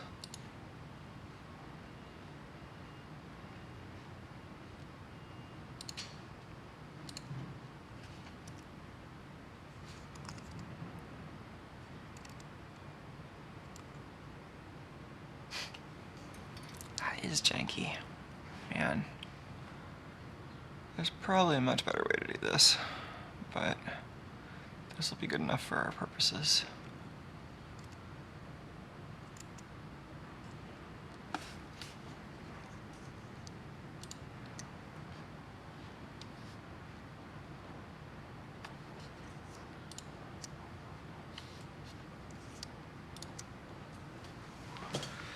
Yeah, something like that.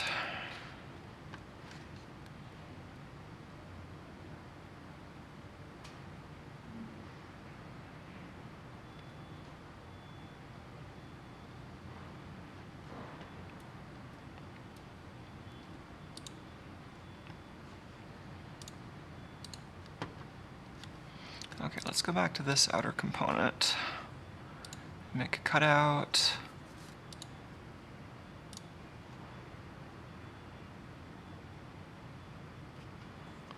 Oh, this piece needs to have a name that isn't about semiflex.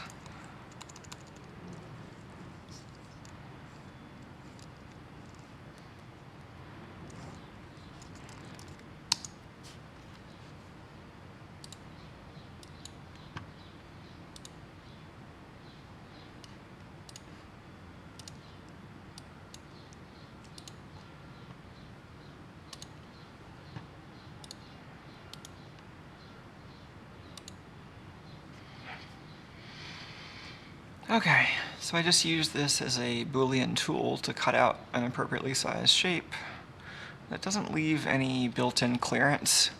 Although since this whole thing is a little bit squishy, I'm not necessarily that worried about it. It'll just end up putting a little bit more pressure on the cable.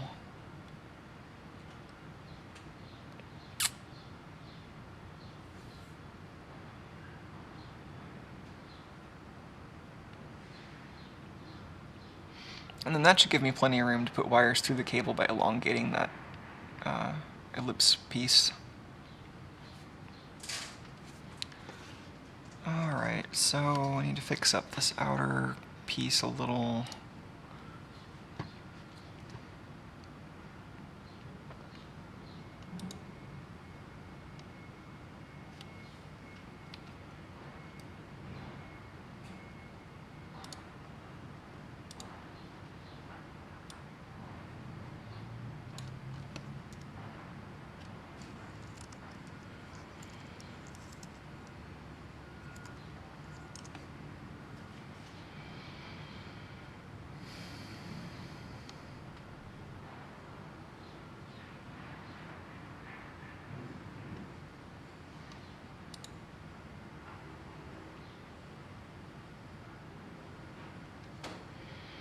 Alright, I guess we should think about fasteners here. I was thinking just maybe an M3 by 8 on each side.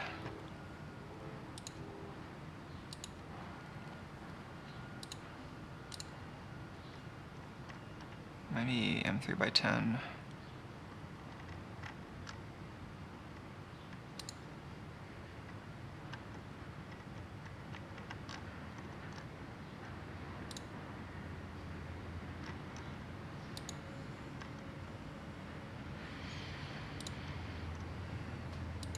I already have a bunch of these around, so I like using them.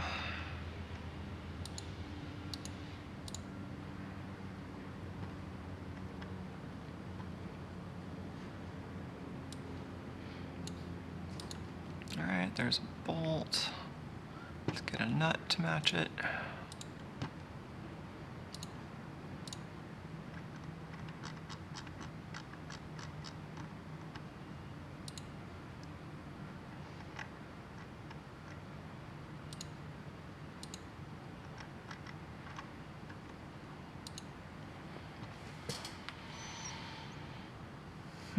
Ash says cheese. Cheese. Cheese can be delicious.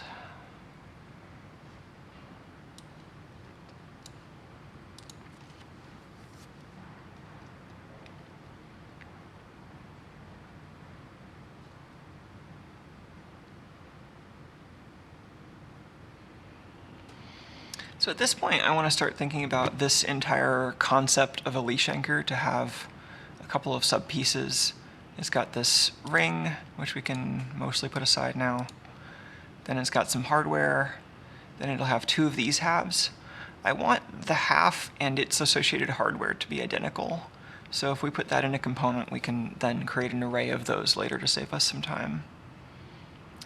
So at this point, I think if I highlight these three things, I can make a new component with them. Maybe just from that. And then I can move the hardware in there.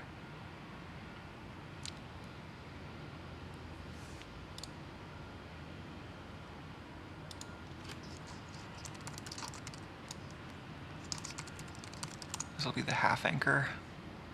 And these go inside there. I guess I have to make that my component.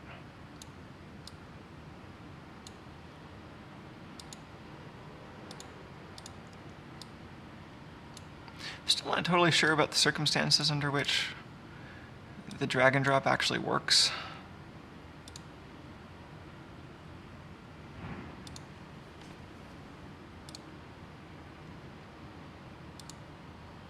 Maybe I want this component to be just the plastic piece. I think that's probably what I want. So I'll have one component that's just the printed piece, and then another component that assembles the printed piece and the hardware together. So I think with the leash anchor set as my parent, I just want to make a new component.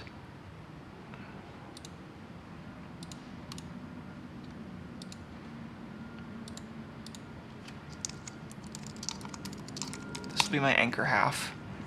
And then all three of these things go inside it.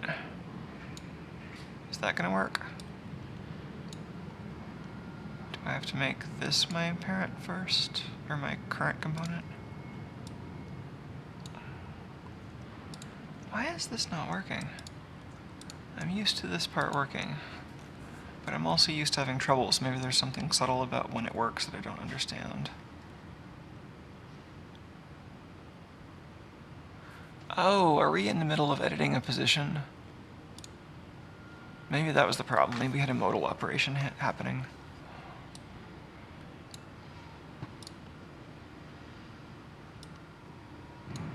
That doesn't seem like it helped.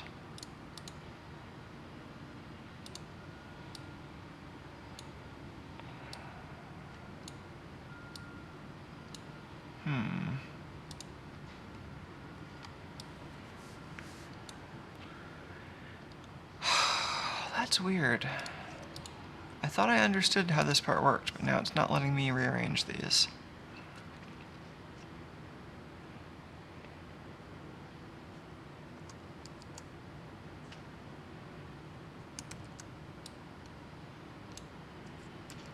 Okay, maybe plan B. No more anchor half component.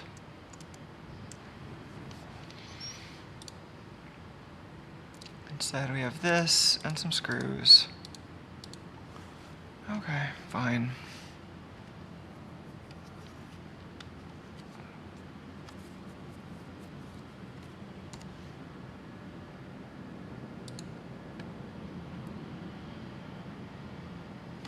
Oh, where did those go?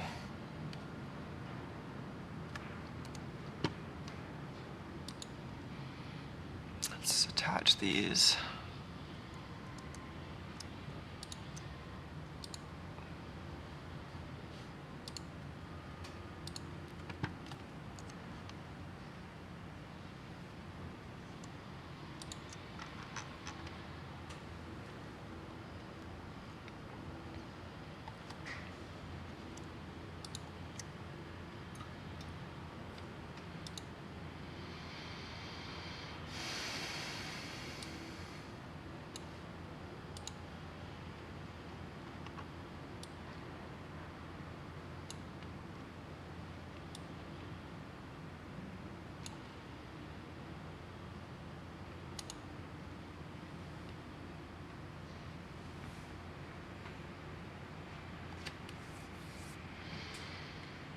Alright, well, I like a better way to do this. I wonder if I can just, now that I've got these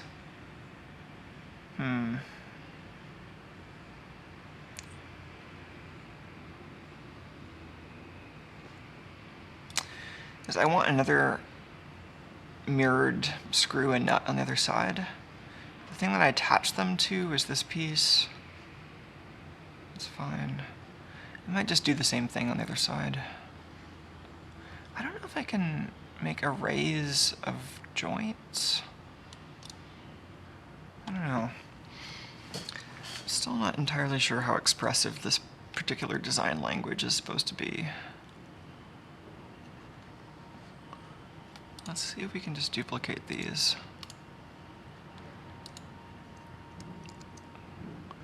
So I can copy and paste the components. They won't have any joints, but I can just add similar joints.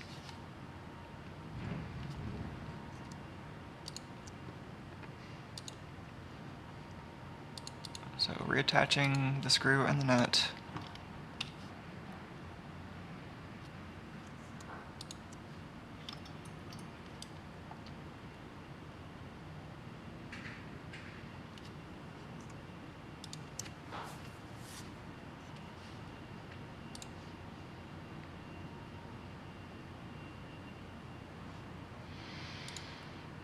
Oh, this is annoying.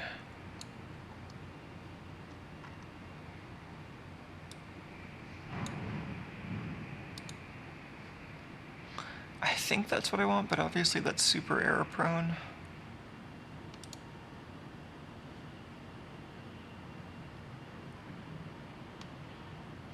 I mean, we'll get a chance to check our work once we make a mirrored copy of this part. I'm just doing the actual sketching on that part before we have the copy, which seems annoying.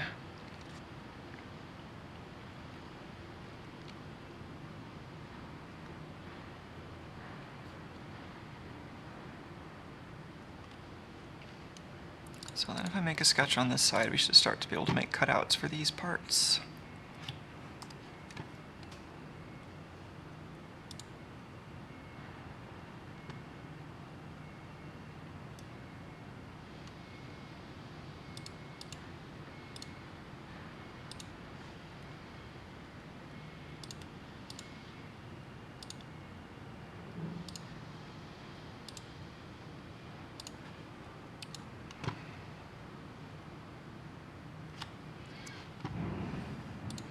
Okay, I like to make these screw cap holes a little oversized when I can, because it makes accessing the screws a little easier. So around 7 millimeters probably. And then over here, on this side I actually kind of want it to hold the nut kind of snugly, but if I don't give it any relief it's going to be hard to get the nut in there, so I actually want to offset the projected nut curve a little bit.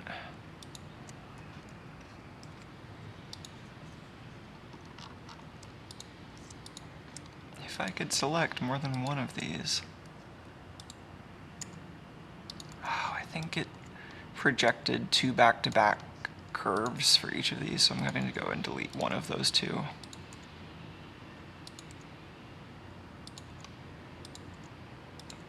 Yeah. So now it's letting me chain them.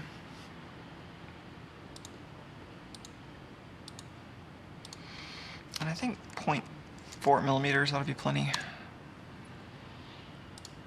And let's make at least one of those inner lines into construction lines to break the perimeter so that it doesn't make a separate profile.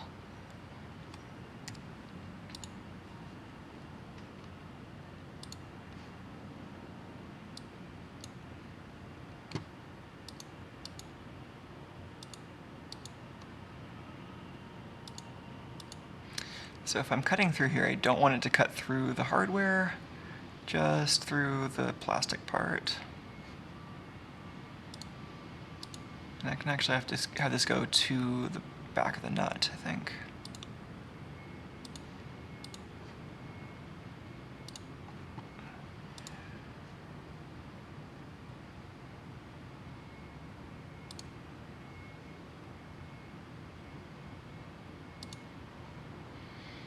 Alright, nice little nut cutout. Similar thing on this side.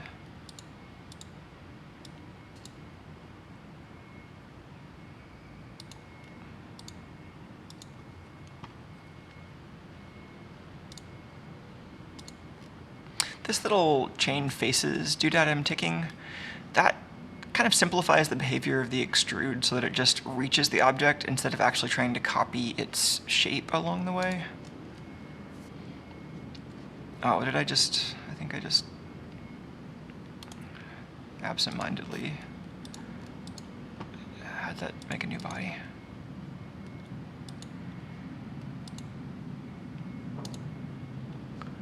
Okay. Oh, and then we actually, of course, need cutouts for the actual screw holes, which I guess we could do on the same sketch.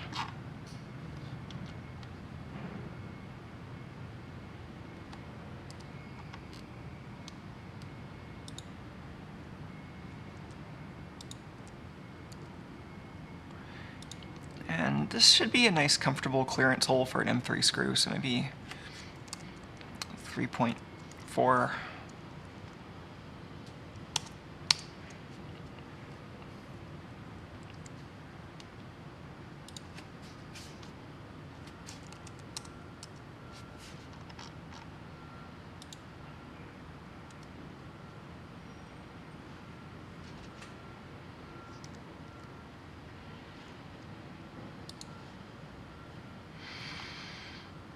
Okay, extruding again.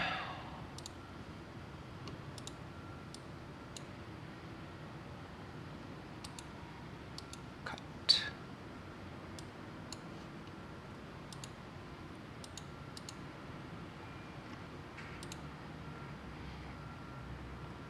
Okay, we have screw holes, place for a nut. Now I think we just make another copy of this and check that it still fits together. So this is isolated to its own component now. So I'm going to make a component level copy. I'm actually going to just use the circular pattern tool around the central axis of the robot.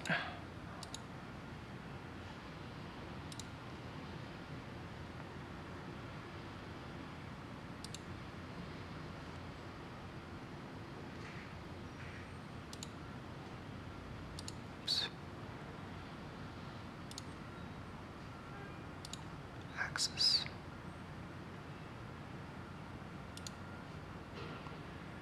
Okay, and you can see it defaults to 3 copies, which is not what we want, even though it's kind of pretty. 2 copies.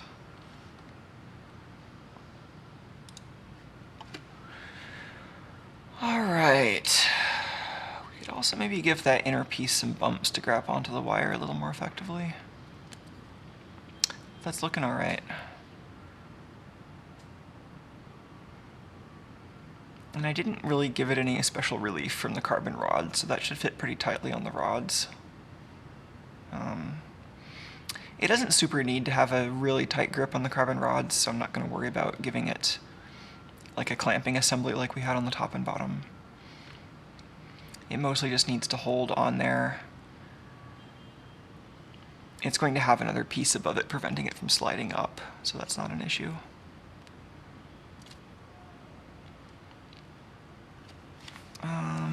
Colors. I was printing some of these internal brackets out of this red plastic.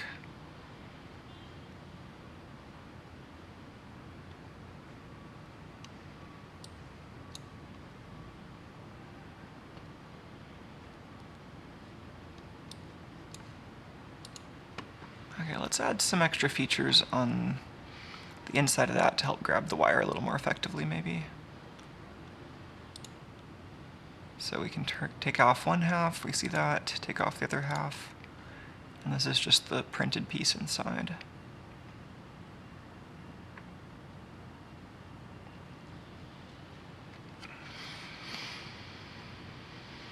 I can almost imagine like a crosshatch kind of pattern where we have a little bit of grippiness in each direction.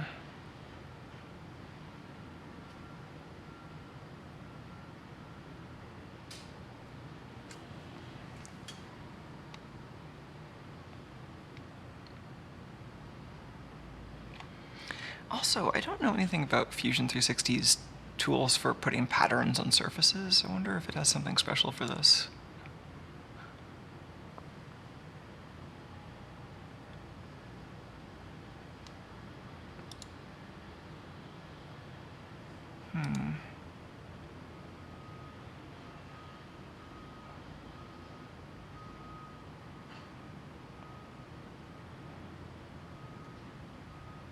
Could do it in Grasshopper.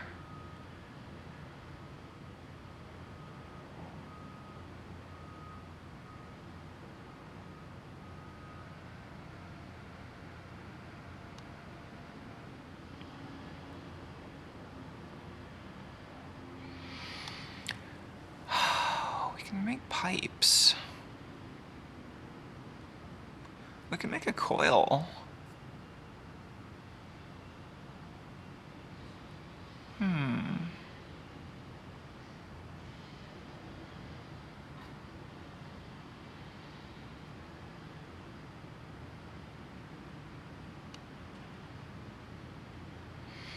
I don't think those are going to work along an ellipse.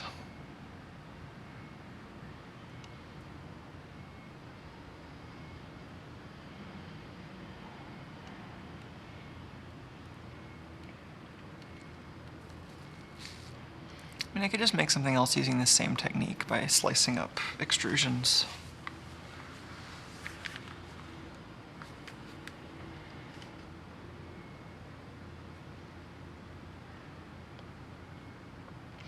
I also don't want to make this too hard to put together.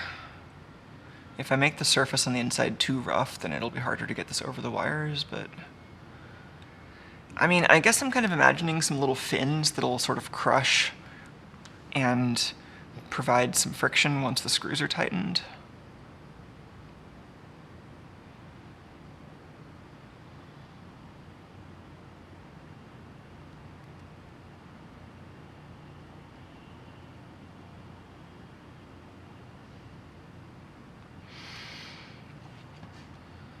All right, let's try something. Make that the component we're in now.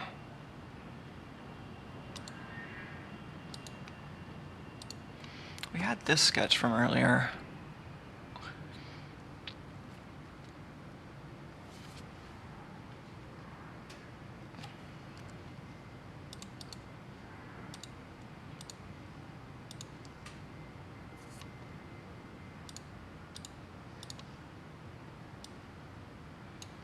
Let's just start with something like that.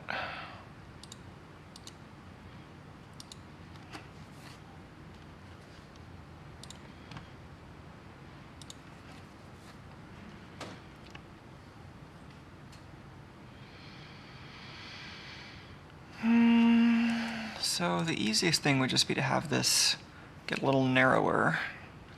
We could also maybe add some bumpiness though.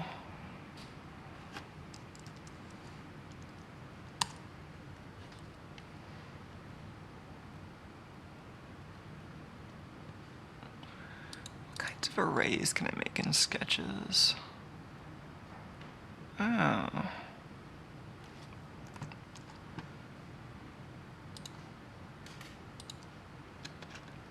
Can I just array stuff like that?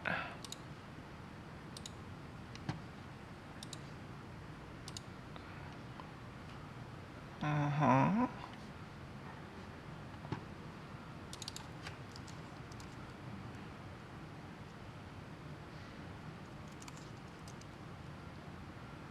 So many.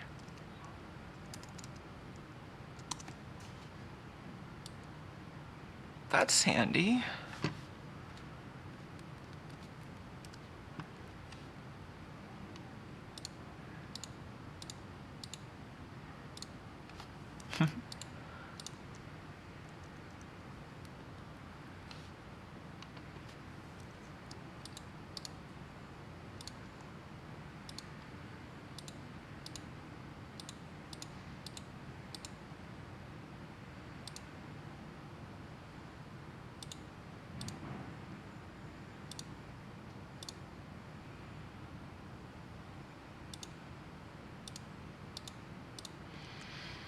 Try something like that, maybe. A lot of little grippy bits to kind of crush in there for friction. I think that's maybe too much on the sides.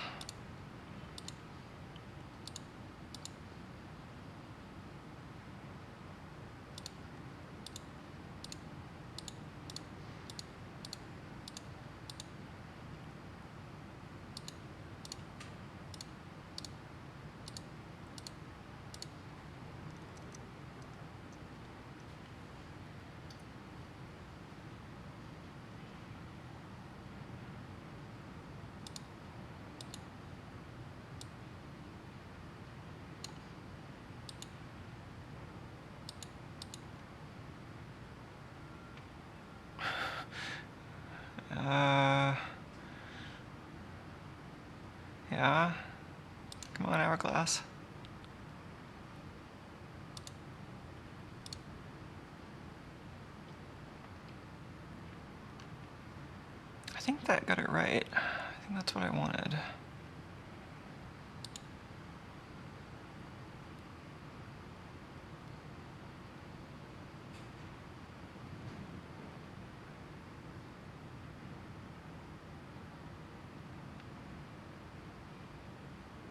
I think before I do the intersection, I should do the chamfer so that this is more printable.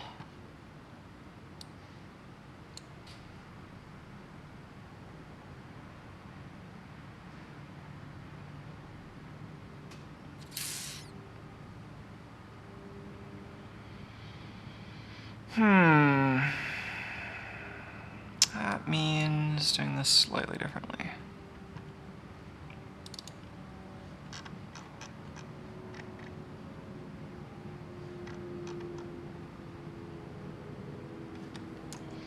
Let's first cut out the centers.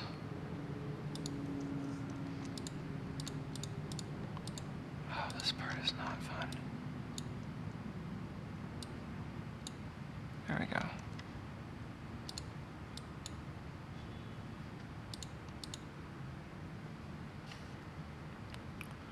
So we're cutting just those two rings, okay. Then chamfer.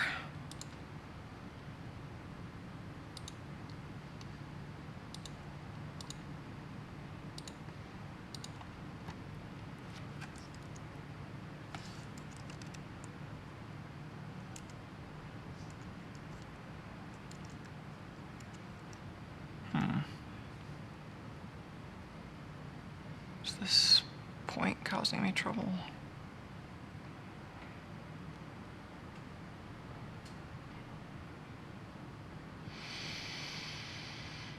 Maybe I can't use an offset ellipse for that. Maybe I should be using a smaller ellipse.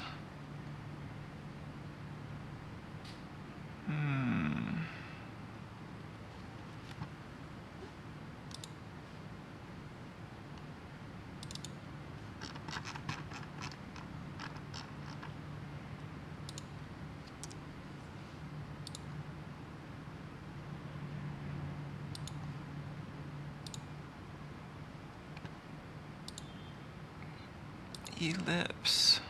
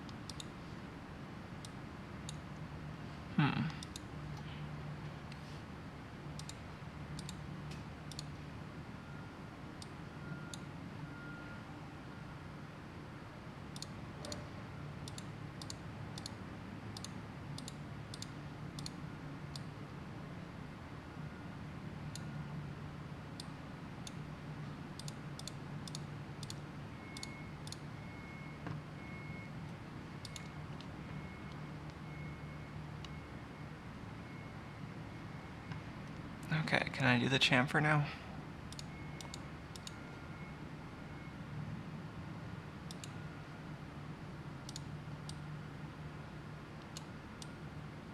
Yeah, that seems better.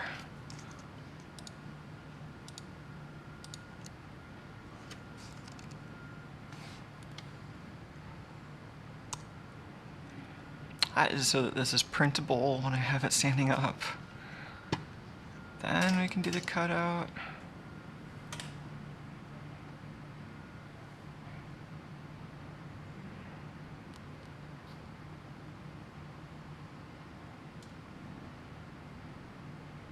It's looking more plausible.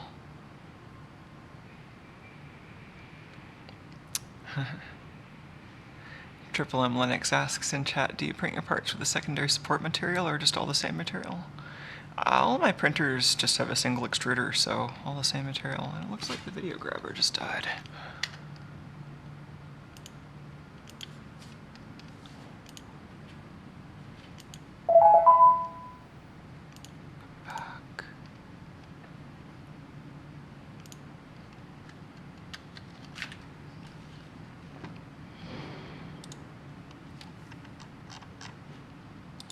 geez, so many separate bodies.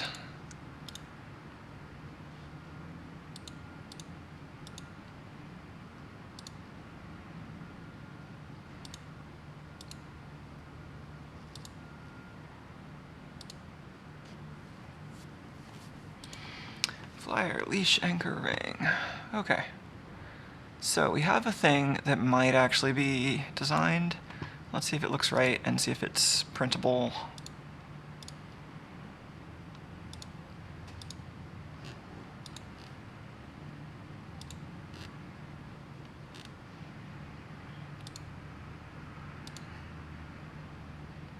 Oh, so much junk. Okay. Looks like that Sarlacc pit monster from Star Wars. Wouldn't want to get thrown down there. Okay. So, two-piece PLA thing, rotationally symmetric, passes through the rods, hangs out right next to this piece.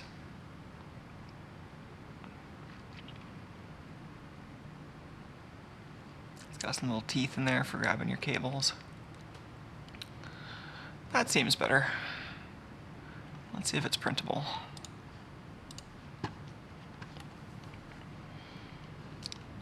So I've been keeping the entire design just exported as one big ol' step file, but then exporting STLs for the individual prints.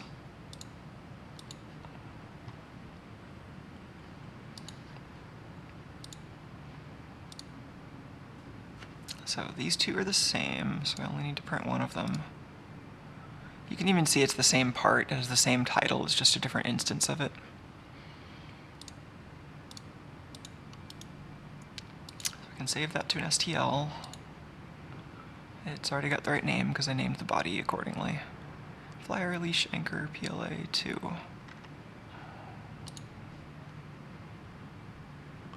Then leash, anchor, ring. I should name this so that I know it gets printed out of a flexible filament.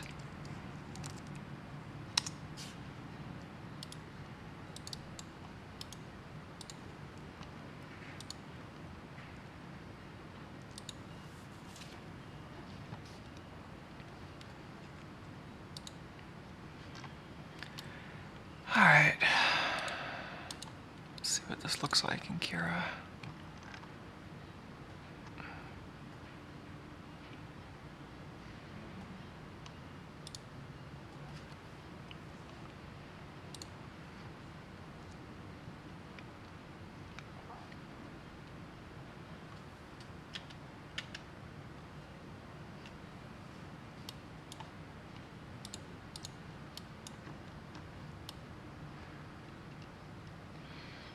That's looking all right. Let's have 2 of these.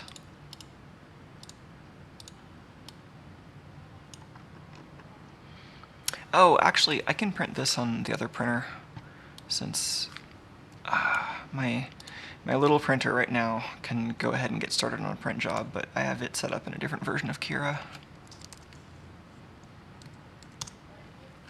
This one's actually a little nicer to use. I want the other version though for the flexible part. My Type A printer is the only one I have that can handle the flexible filament, so multiple versions of everything. I'm sure I could get the Type A printer working with a newer version of Kira. They just have this one already set up really nicely for it. And I suspect someone there is probably working on updating it anyway, so I don't really feel like duplicating that work. So, anchor ring.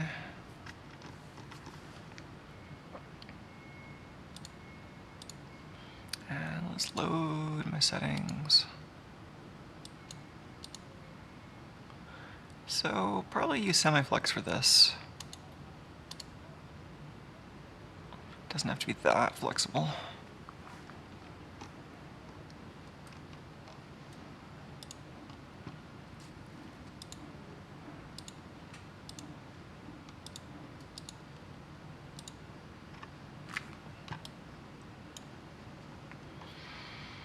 Okay, and infill.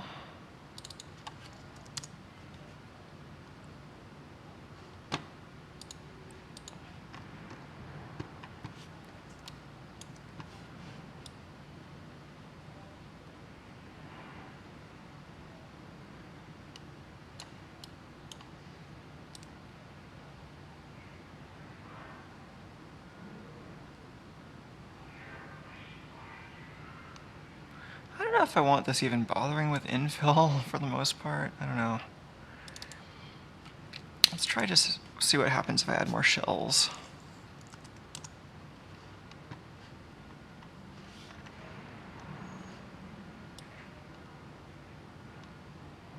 That's nicer. I mean, I've still got that.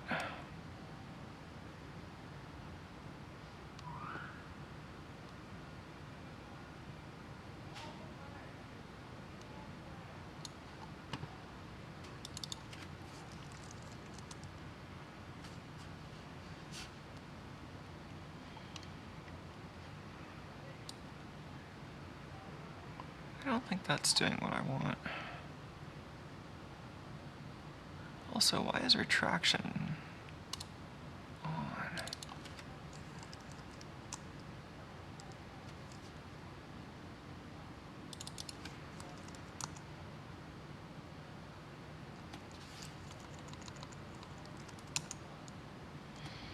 See, down here it says like 7 shells.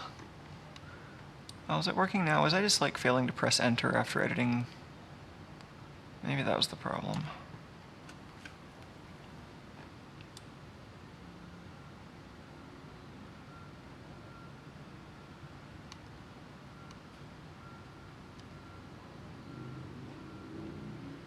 I mean, that seems fine.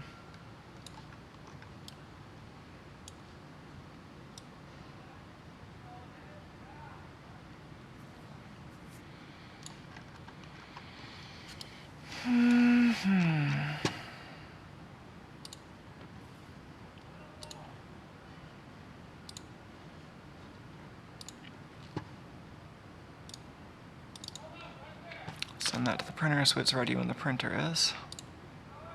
Printer's still doing its thing. I think this might be the furthest I've gotten on this part, actually.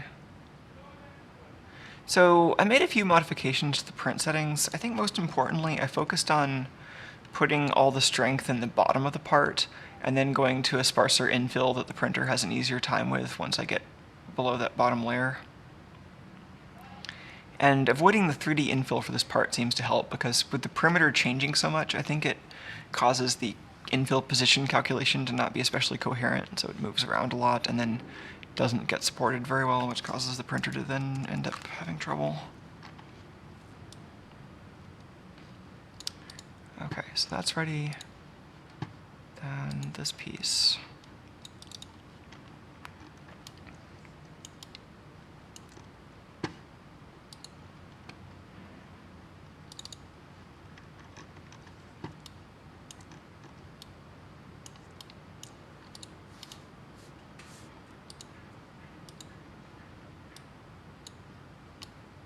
Alright, so 2 pretty much side-by-side pieces here.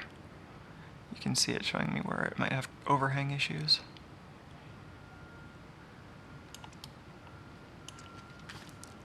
And I still have not spent much time dialing in this printer with this new version of Kira. I just grabbed some profiles from GitHub to start with. There's this Mifka profile and a newer version of Noise profile that I'd been using from before. So let's keep those. I adjusted the retraction settings a little bit.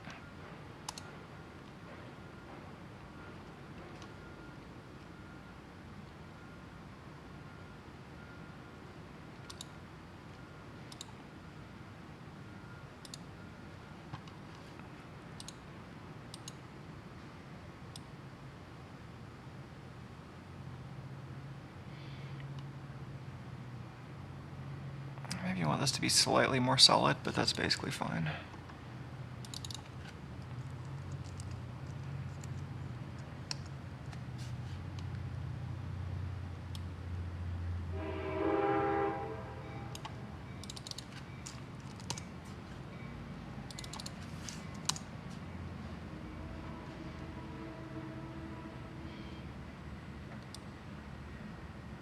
That might be overkill, but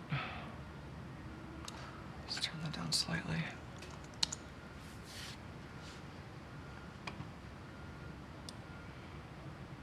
All right, let's get that one started.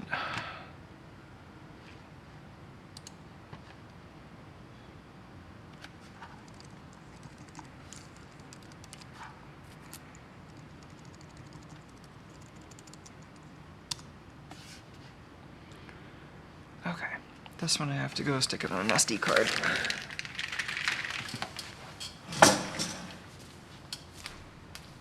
Maybe I can use the power of my camera phone to help you come with me.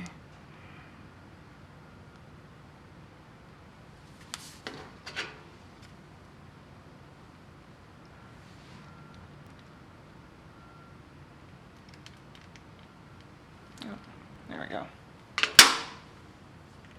Let's go get the SD card.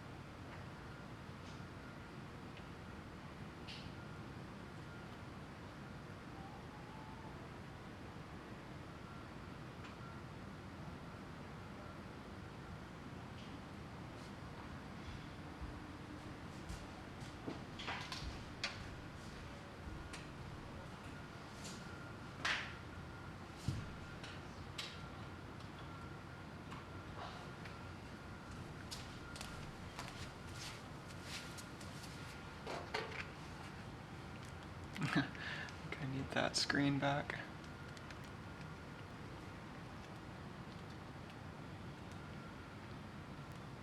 Wrong computer, sorry. All right, that's plugged in. Save to removable drive. Eject.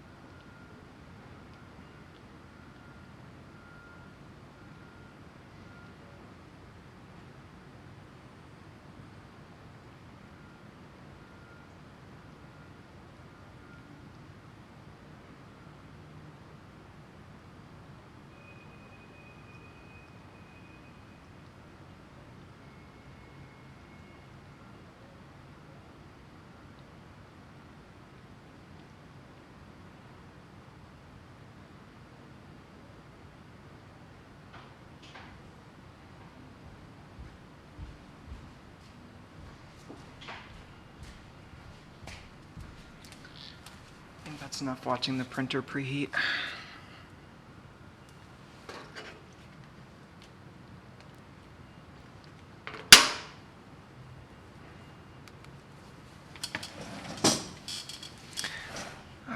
it'll do its thing. I was noticing a little bit of a problem on the big print where the build plate on that printer is not attached very well. It's just on these bolts and it's free to slide, which is how you install it. But I was sliding just a little bit and caused a little bit of a layer offset. I think it's fine. It was minor enough and for small enough layers, or for few enough layers, that I don't think it's a problem, but I tried to reseat it. I'm hoping that doesn't cause the print to be unusable, but it's yet another reason why it might be. So,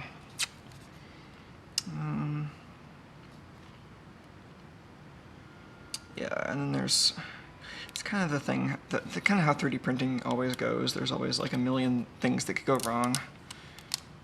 So I could maybe mitigate that particular one by adding some tape to hold the platform in place, but I just didn't do that on this particular print because I didn't think that would be necessary.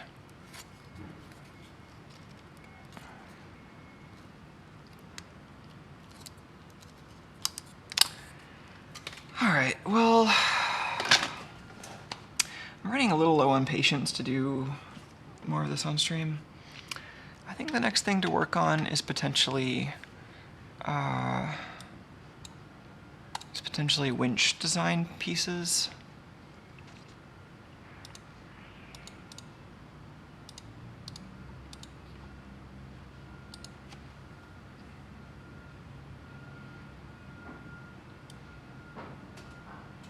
But yeah, I think I only have a limited amount of patience for doing actual CAD work on stream right now, and I think that might be coming to an end.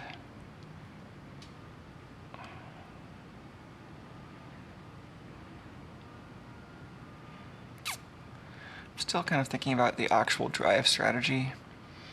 Maybe part of what to do is to do some more research on 3D printed gears or do some experiments with semiflex pinions. Oh, there was a gear generator I was going to try out. Maybe we should just try that.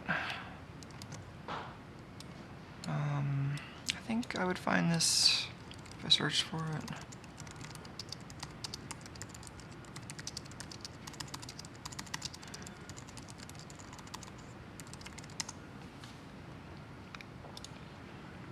Yeah, this is the one, I think.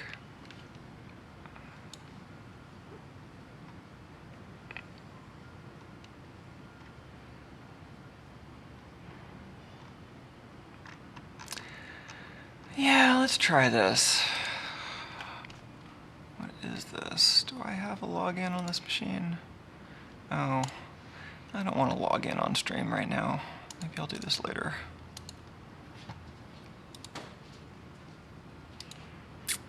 Fine.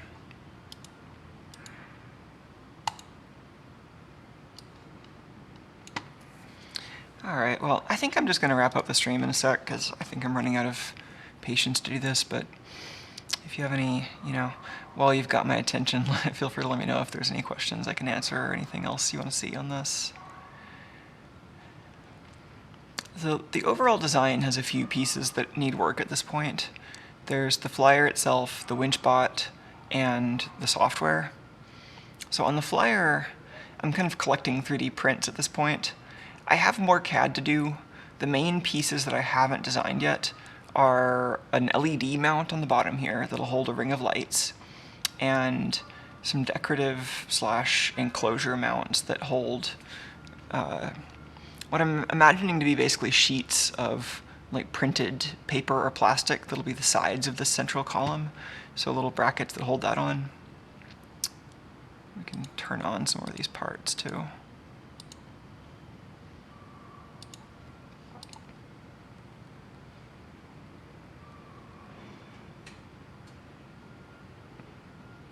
I also need somewhere for the DC-DC converters to hang out. That could be somewhere up here. I mean, there is places that could go.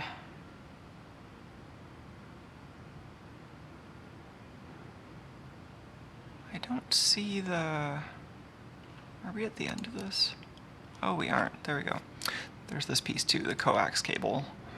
So I'm making another little bracket down here that holds the coax coupler for the camera.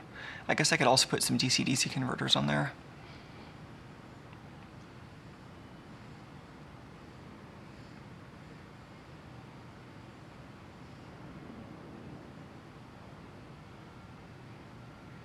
So yeah, on this flyer, a little bit more design, but mostly a lot of printing.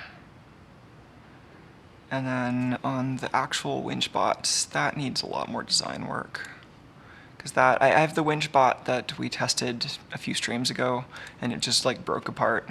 It was sort of one of these weird problems where I was really worried about making it strong in particular ways, and it was fine in those ways, and then it was just way too weak in other ways. So it was a good prototype. I learned a lot. I know a bunch of things to change on the next iteration. And actually, I think I know how to do the winch spool. I'm kind of stuck on the power transmission. So I think I might just make a little test to see if 3D printed gears will do what I want. Otherwise, I'll think about either an inline coupler of some sort or a belt. Or I could use other kinds of gears, although I think the 3D printer is not necessarily the limitation I'm thinking about. I think it's more just like plastic gears in general. I feel like they might just be loud.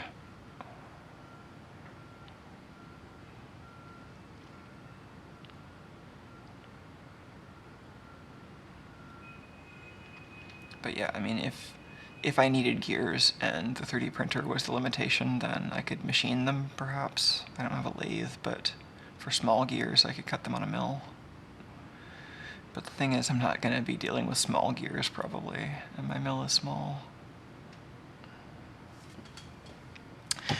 So anyway, there's those two mechanical parts, and then there's firmware. Well, firmware is pretty much done. There's maybe a little bit of tweaking to do, but firmware is pretty much done. The rest of the software work is on the kind of desktop controller side, and I'm really into the idea of writing that stuff in Rust. I've just been reading through the Rust programming language book, and I'm mostly done with that. I'm pretty excited to dig in and start writing some code, so I think I'm starting to formulate some ideas on how that's going to be structured, and then I just need to write some code. But since it's unfamiliar tools and an unfamiliar language, there's some more learning involved.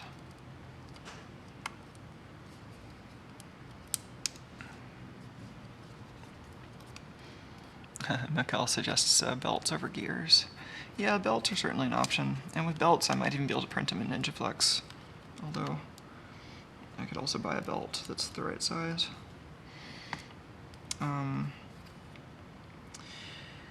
Yeah, I mean, belts are an option.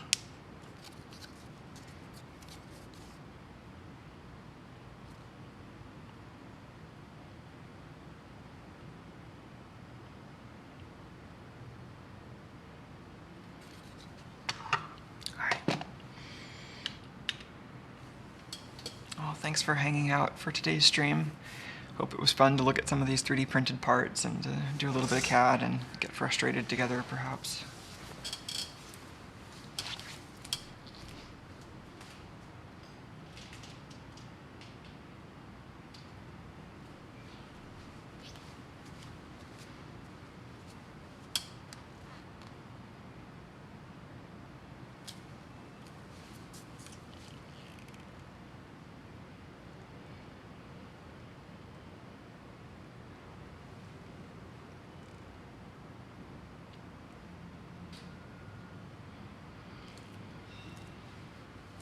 Yeah, and as for belts, I guess the thing is with plastic gears, if I'm making the gears myself, I can choose to give them really big chunky teeth, which actually makes them pretty forgiving, at least from what I've seen. Don't have much experience with them in person, but you know, like this doesn't seem that different from like an extruder drive gear, for example, and those seem to work out pretty well for people. Whereas with a belt, I would probably need, like, I don't know if I could effectively 3D print my own, like, toothed sprockets for belts, because that seems like the tolerances might be a little too tight for what I can do on one of these printers. And I know that, you know, of course I can just buy a sprocket that fits on the motor, but on the other side, I would want the belt driving the spool pretty much directly. And ideally I would 3D print the, you know, the sprocket pattern into the spool, but I don't know if I could do that accurately enough. And so with plastic gears, I could build that into the edge of the spool and actually just give it big chunky herringbone gears, and I think that might actually be kind of nice. So I think the thing I'm going to try there is to, I'll install this gear generator and play with it a little, and I'll try making something that has about the diameter and thickness of the spool edge, and just make a nice like hollow herringbone gear there, and try driving it with this motor, try lubricating it, and just see how much I like it. See if it seems like it's going to be better than the alternatives. The alternatives are to use a belt, possibly with some other solution for interfacing the belt to the winch, to the spool. The simplest solution is just direct drive, but I think at this point I need a coupler because I need the spool to have its own shaft. So it'll be direct drive with some kind of flexible coupler, which is also fine. That's still totally an option. I'm just leaning towards some kind of gear reduction at this point, since I think that might be helpful to have a little bit more gearing. So that's kind of what I'm thinking at this point.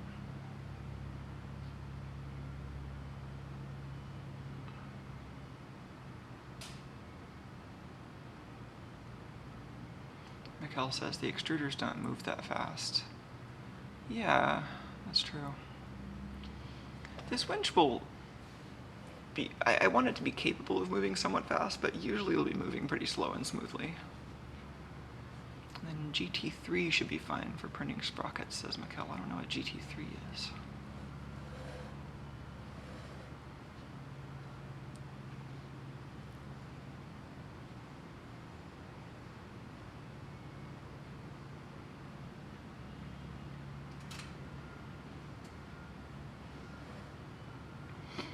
Well, I could pet this cat all day. Good for the mental health, isn't it? Well, I'll see folks on the next stream. Definitely let me know what folks like, what you don't like. If you want to see more kind of updates, even if they aren't super interesting, then that'd be some useful feedback. If you want to see like only the really good stuff, then that'd be useful feedback too. If you don't care and I should just stream whenever I want to stream, that's also useful to know. So. And as always, thanks for my Patreon supporters who chip in some cash every month to help pay the bills and help keep this stuff online. It's always great to be able to produce stuff that so many people find useful, so I want to be able to keep doing that. And Tuco is a pretty great companion for this sort of work.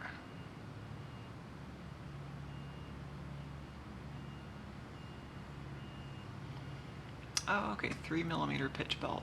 Yeah. So maybe I'll look around online and find some belts, see if those look viable. A lot of options here. Trying to keep this simple, also trying to keep it quiet, also trying to keep it small. Those are the main things on my mind.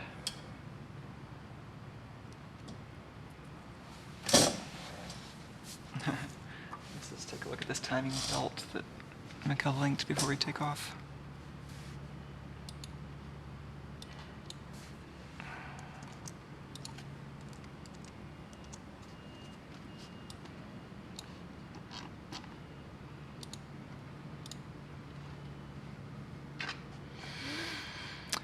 Yeah, that could be nice.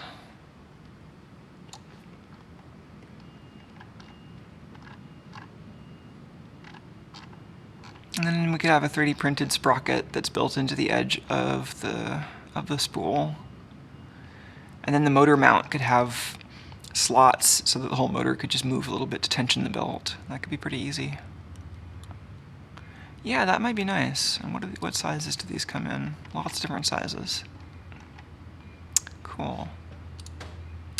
Well, okay. I'll keep that in mind and see if that makes the CAD work out better. So I think, given that I'm using this to pull nylon cord and the way the leverage works out, there will be less force on this belt than there is on the nylon cord. I think we're going to be fine. So thanks for the tip. That might be super useful.